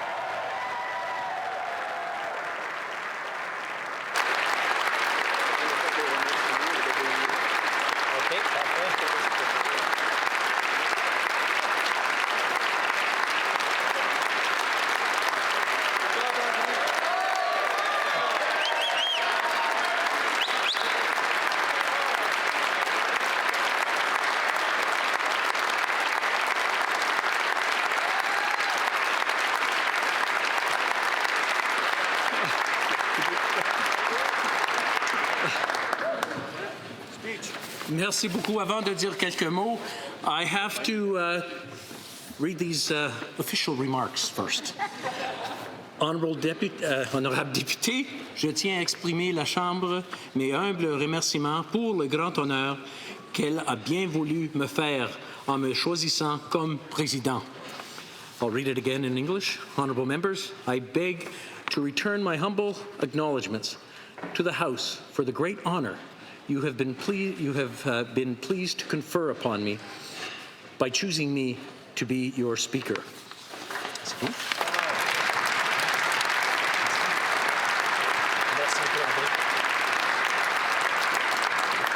And while I was waiting, I kind of put down a few notes here, so if they look kind of scratchy, there's a reason for it. I just want to say thank you. Merci beaucoup. Miigwech to all of you. Et j'aimerais premièrement féliciter les autres 5 qui ont mis leur nom. Congratulations and heartfelt thanks to the member for Halifax North, who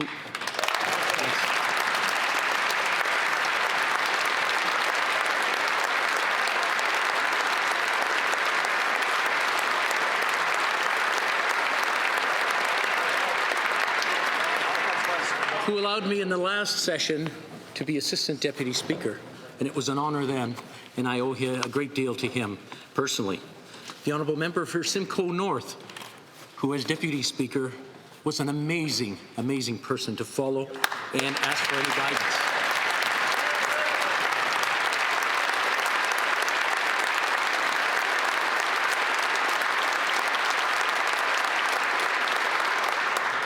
The Honourable Member for Algoma, Manitoulin, Kapuskasing, who served with me as Assistant Deputy Speaker. And she did amazing work. And again, thank you for letting your name stand.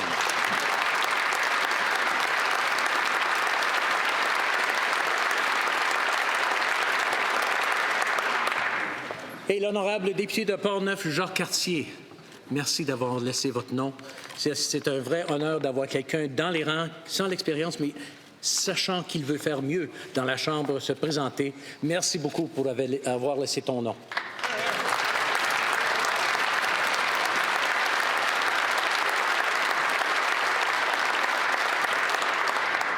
You had 5 very good, and maybe I shouldn't include my own name in there, but I'd like to say there was 5 very good choices, and it wasn't easy.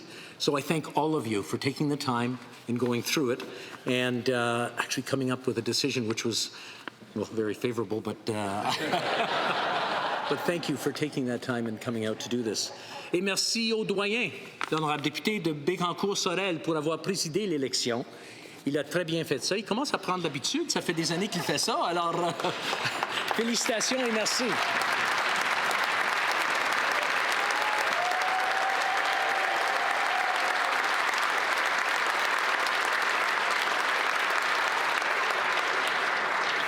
Et aussi, il y a un autre groupe que des fois, on ne leur donne pas assez de... On ne les remercie pas assez. C'est le groupe qui est à la table, les greffiers. Merci beaucoup à vous pour avoir conduit l'élection.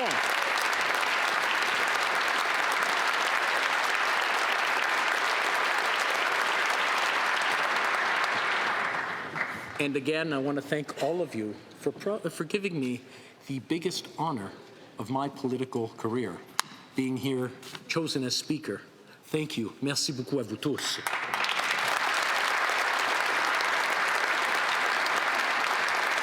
I want to thank you for the confidence that you've placed in me, and I hope that I won't disappoint you. And remember that I'm here to serve you and make sure that everything runs well for all of us so that we can conduct the business of Parliament and make sure that it works well. My promise is to be fair, it's to be nonpartisan, and to do my best in this House at your service. Indulge me for a moment. Some of you may not understand what I'm about to say, but I'm very proud to be the first speaker of Italian descent to sit in this chair.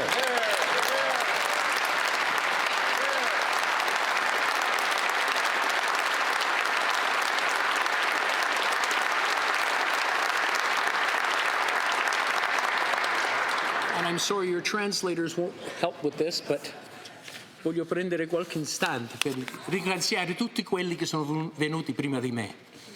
Avete fatto molto. Sapete che non è sempre stato facile essere italiani in Canada, però avete fatto la strada e per questo i vostri figli adesso avanzano e vi fanno onore. A voi tutti vi ringrazio e ne sono riconoscente. Grazie. Bravo!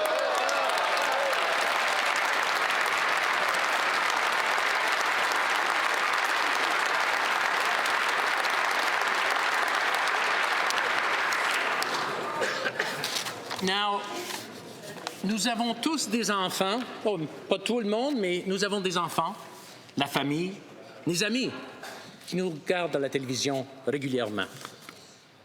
Our friends, family, and children watch us on television on a regular basis.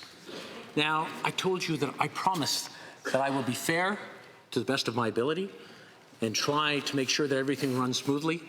I ask one favor of all of you. Just think, every time you get up, let's make sure that our friends, family, and children, parents, are all proud of us when they're in this house. That's all I ask.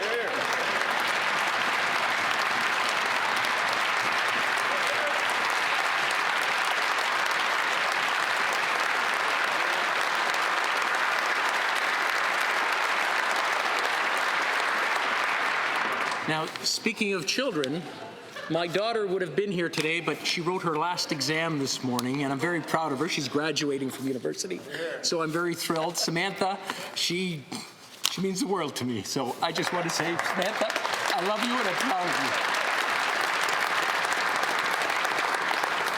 of you. This is where it gets tough, because I'm looking up. I know I'm not supposed to look up at I'm allowed now. I can do whatever I want. Yes. It's a very special lady sitting up there, my wife Chantal. Chantal, mon épouse.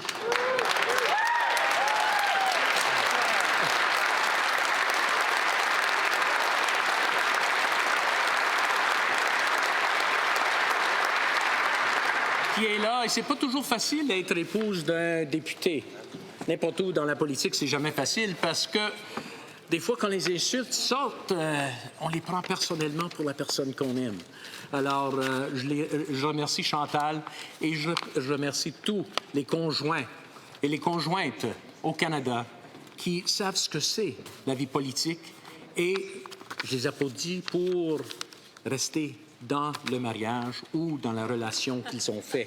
Et je les remercie beaucoup, je pense, de la part de tout le monde ici.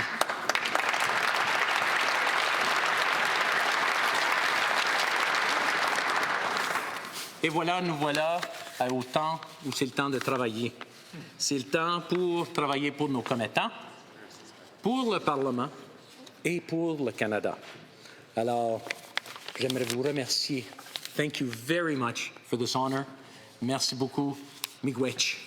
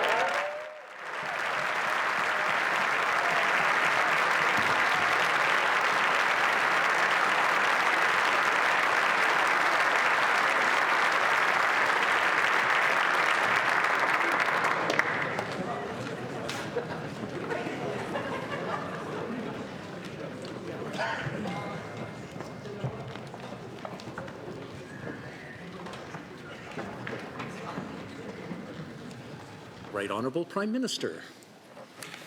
Thank you, Mr. Speaker. On behalf of the government, all our colleagues in this House, I'd like to extend my heartfelt congratulations for you on your election. Today's vote speaks to the confidence the members have in you. I'd also like to begin by thanking our esteemed colleagues who ran for the position. Canadians are fortunate to have such dedicated people serving them in Parliament.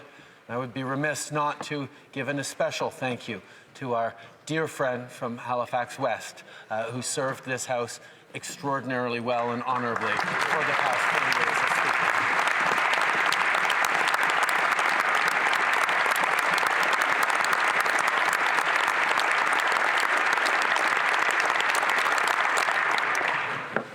Permettez-moi aussi de prendre un petit moment dans ma première prise de parole du 43e Parlement pour remercier les gens de Papineau qui ont encore une fois fait confiance en moi. Ça fait plus de 10 ans que je les représente dans cette Chambre et pour la 4e fois, ils ont continué cette confiance dans ces dernières élections et je les remercie profondément et je vais me dévouer à bien les représenter comme toujours.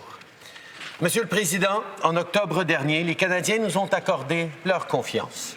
Ils comptent sur nous pour représenter non seulement leurs intérêts, mais leurs valeurs. Et je sais qu'au cours des derniers mois, les 338 députés qui prennent leur siège aujourd'hui ont eu le privilège de rencontrer des Canadiens d'un océan à l'autre.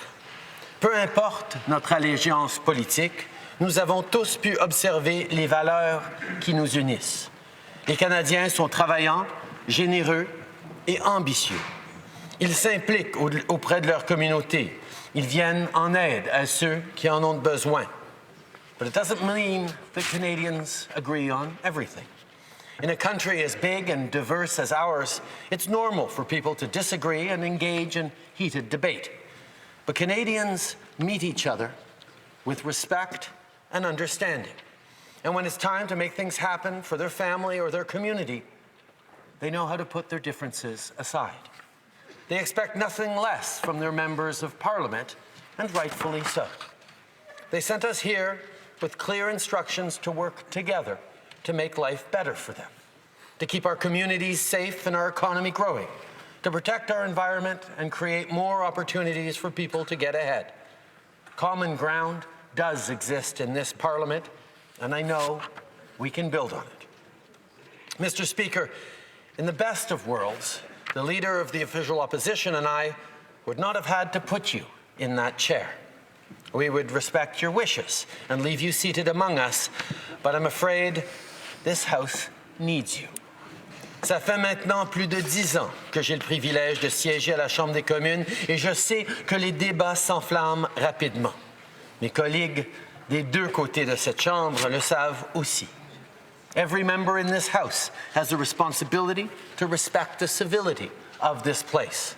Canadians chose each and every one of us to be guardians of this Parliament, and we must live up to the distinct privilege that comes with serving Canadians.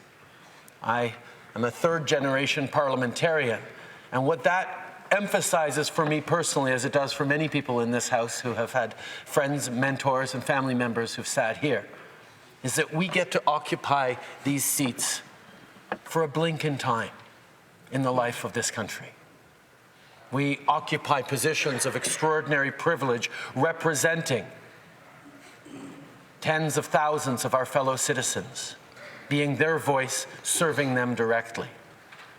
And while we occupy these extraordinary seats, it is on us to continue to strive every day to represent them and serve them well. So, while I know, though, that every member will strive to ensure constructive and therefore productive debates, there will be times where our differences will get the best of us and have us get carried away.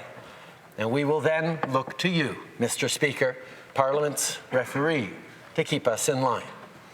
I know you to be uniquely qualified to assume this role, a belief, obviously, many of our colleagues in this House share as well. Monsieur le Président, encore une fois, je tiens à vous offrir toutes mes félicitations pour votre élection. Vous êtes plus que digne de cet honneur. Merci, Monsieur le Président, et bonne chance.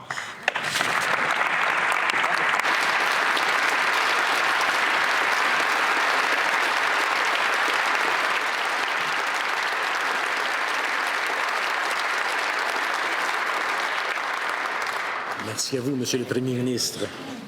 Now the leader of the official opposition. Here. Thank you very much, Monsieur le Président. Je vous présente toutes mes félicitations pour votre élection. En mon nom personnel et de mon parti, et je vous assure de ma collaboration dans vos fonctions.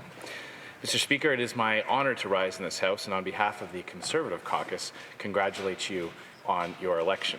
And as this is my first time rising in the 43rd Parliament, I would also like to congratulate each and every one of my 337 colleagues here on having respectfully won the right and the responsibility of representing their constituents in this House.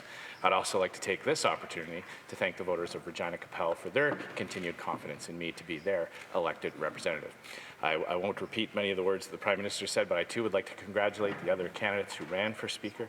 You all acquitted yourself with dignity and grace and gave members of this House a difficult choice in who to vote for. But thank you for your participation. And again, thank you to the member for Halifax West for presiding over the previous Parliament with such great ability. The Speaker must serve the House first. It is the Speaker's responsibility to ensure that all members can exercise their rights and privileges in the House. The Speaker's authority comes from all the members, and that allows the House to function properly. The robes you take on, or that you will put back on, having had a set from the previous Parliament, are symbols of a few things. The neutral colors of black and white to denote your detachment from party affiliation. The old-style Queen's Council robes and wig bag are a sign of the unbreaking traditions that are the foundation of parliamentary practice. You will represent the collective rights and responsibilities of members while you are in the chair, but you will also represent our Parliament in several ways around the world. And I have great confidence that you will do so with the dignity and professionalism that being the Speaker of a G7 country warrants.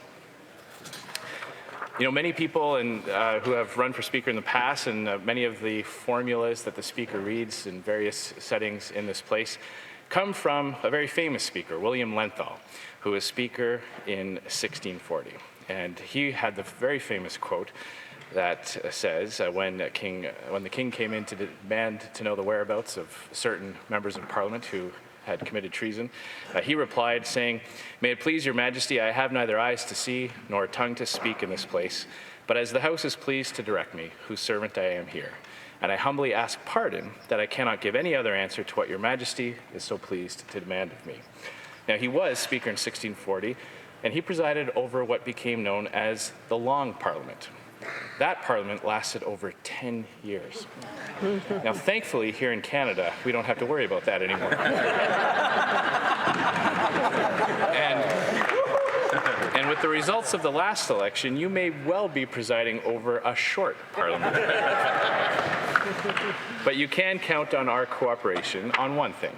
Regardless of the length of this Parliament, the Conservative Party will do our best to make sure that it is a productive Parliament on behalf of the Canadians we serve. So once again, Mr. Speaker, I want to congratulate you. Congratulations to your wife, Chantal. I did not realize that you were the first Speaker of Italian origin, so cent'anni. Congratulations.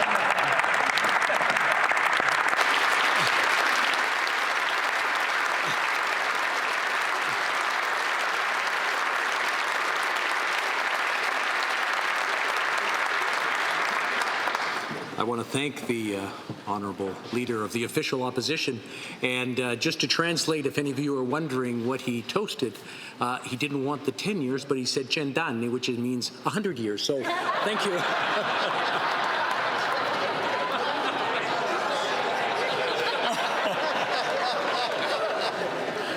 L'honorable député de Belleuil-Chambly. Merci.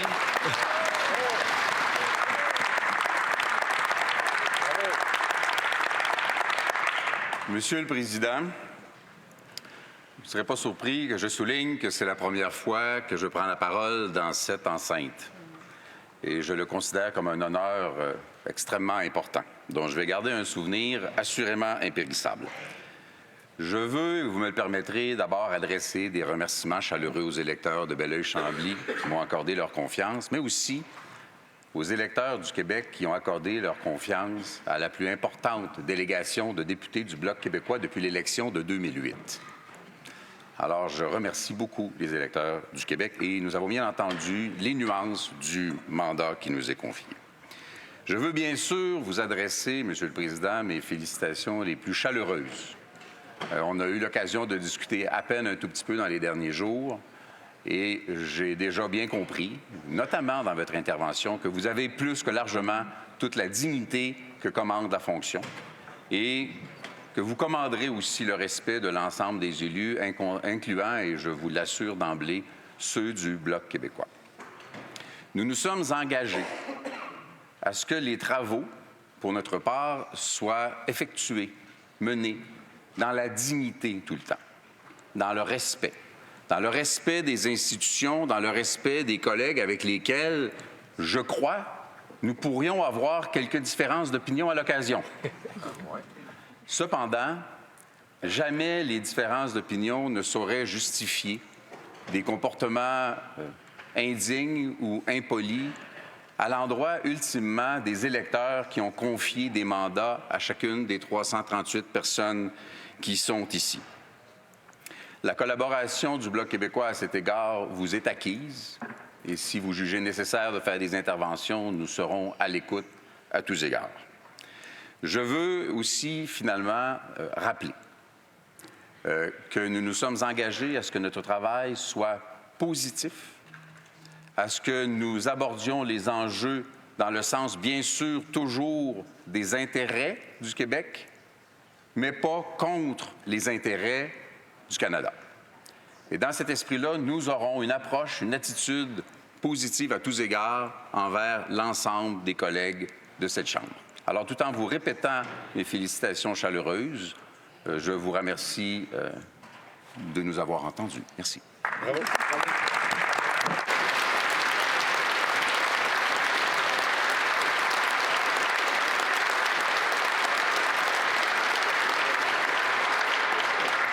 J'aimerais remercier l'honorable député de Belleuil-Chambly. And now to the honourable member for Burnaby South. Thank you very much. Merci infiniment, Monsieur le Président. Et au nom de mes membres, au nom du nouveau Parti démocratique, une grande félicitation. Vous avez un rôle tellement important à jouer et j'ai beaucoup de confiance que vous allez le faire. If you permit me a moment to congratulate all members in this House and all Canadians who participated in the election, and congratulate you on having the opportunity and the privilege to serve in this House. Congratulations, félicitations.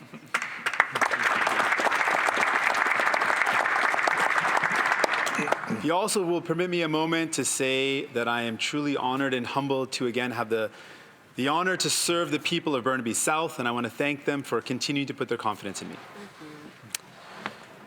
Monsieur le Président, je veux aussi remercier et féliciter tous les autres candidats et candidates pour leur nomination, pour leur candidature. Particularly, I want to thank Carol Hughes, or the member for Algoma, Manitoulin, Kapuskasing, for putting her name forward. I agree when the member spoke about the importance of women being in positions of power, and it would have been a beautiful thing to see her in the seat, but again, congratulations to you, sir. I want to highlight the fact that Canadians sent a pretty powerful message in this election. They sent us here in a minority government. And a lot of responsibility will fall on your shoulders, Mr. Speaker, to ensure that in a minority government, all voices are heard, all voices are respected. And while Canadians sent a message of a minority government, they also sent a message they want us to work together. But not just for any purpose. They want Parliament to work for people, because those at the top have for far too long had too powerful of a voice. So I call on you, Mr. Speaker, to ensure that the people have a voice in this chamber, that the people of Canada are who we work for. And so I congratulate you on your election, and I congratulate all members on returning. I look forward to working in this minority government, but making sure that this government serves the will and the needs of the people who brought us here. Thank you so much. Bravo.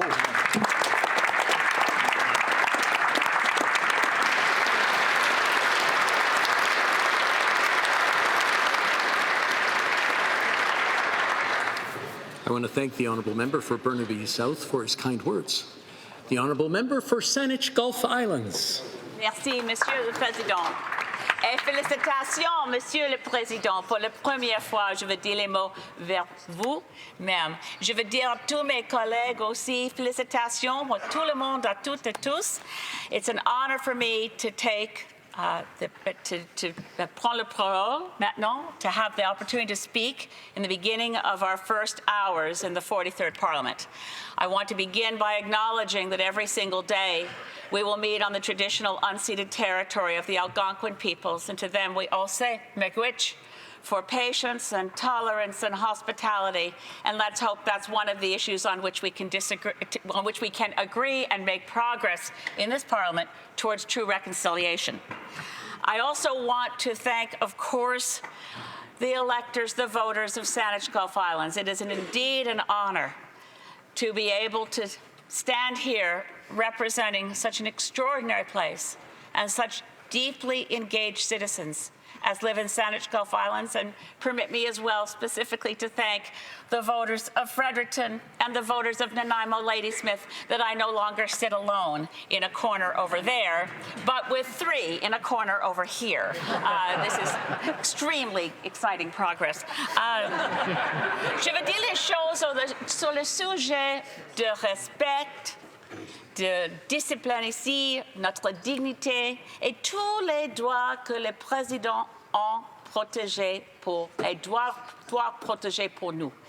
As the honourable leader of the official opposition has pointed out, the job of the Speaker is to protect the rights of every single member of Parliament. In this place, in Westminster parliamentary democracy, all members of Parliament are equal.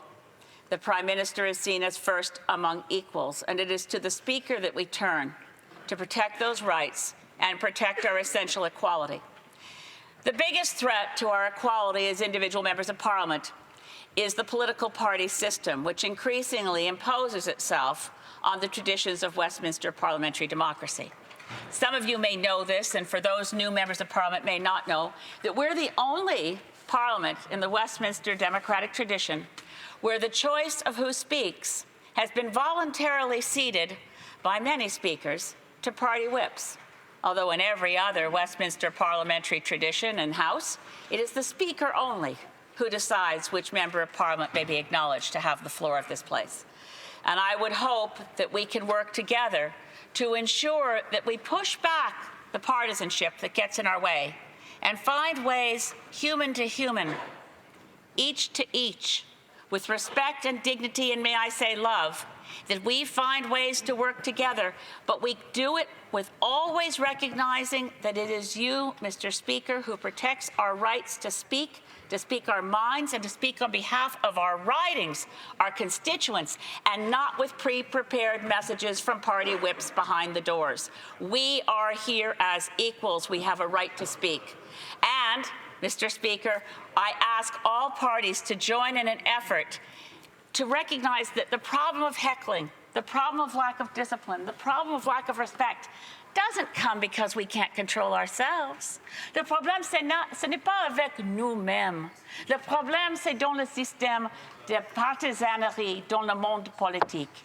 Et s'il vous plaît, tout le monde, exigez dans notre propre et dans votre propre caucus, demandez à vos whips, laissez-nous comme députés de comportement qui, comme le président a déjà dit, let us act in this place in the ways we want our children to see us on television, our nieces, our nephews, our grandchildren. And to you, Mr. Speaker, my most sincere congratulations. Thank you. And again, to my friend Halifax West, thank you for the years you put in as Speaker. You did a wonderful job. Let's hope for the best in this 43rd Parliament, that we find ways to work together. Merci, Monsieur le Président.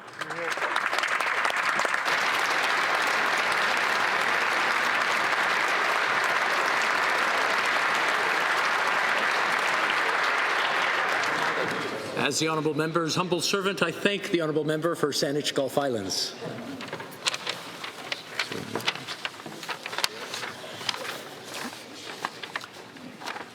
J'ai l'honneur d'informer la Chambre qu'une communication dont voici le texte a été reçue. Dated November 28, 2019, Mr. Speaker, I have the honour to inform you that Her Excellency the Right Honourable Julie Payette, Governor-General of Canada, will arrive at the Senate of Canada building at 2:30 p.m. on Thursday, the 5th day of December 2019.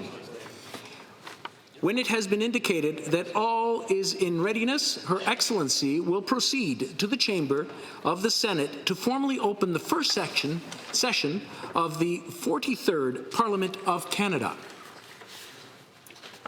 Signed, yours sincerely, Assunta Di Lorenzo.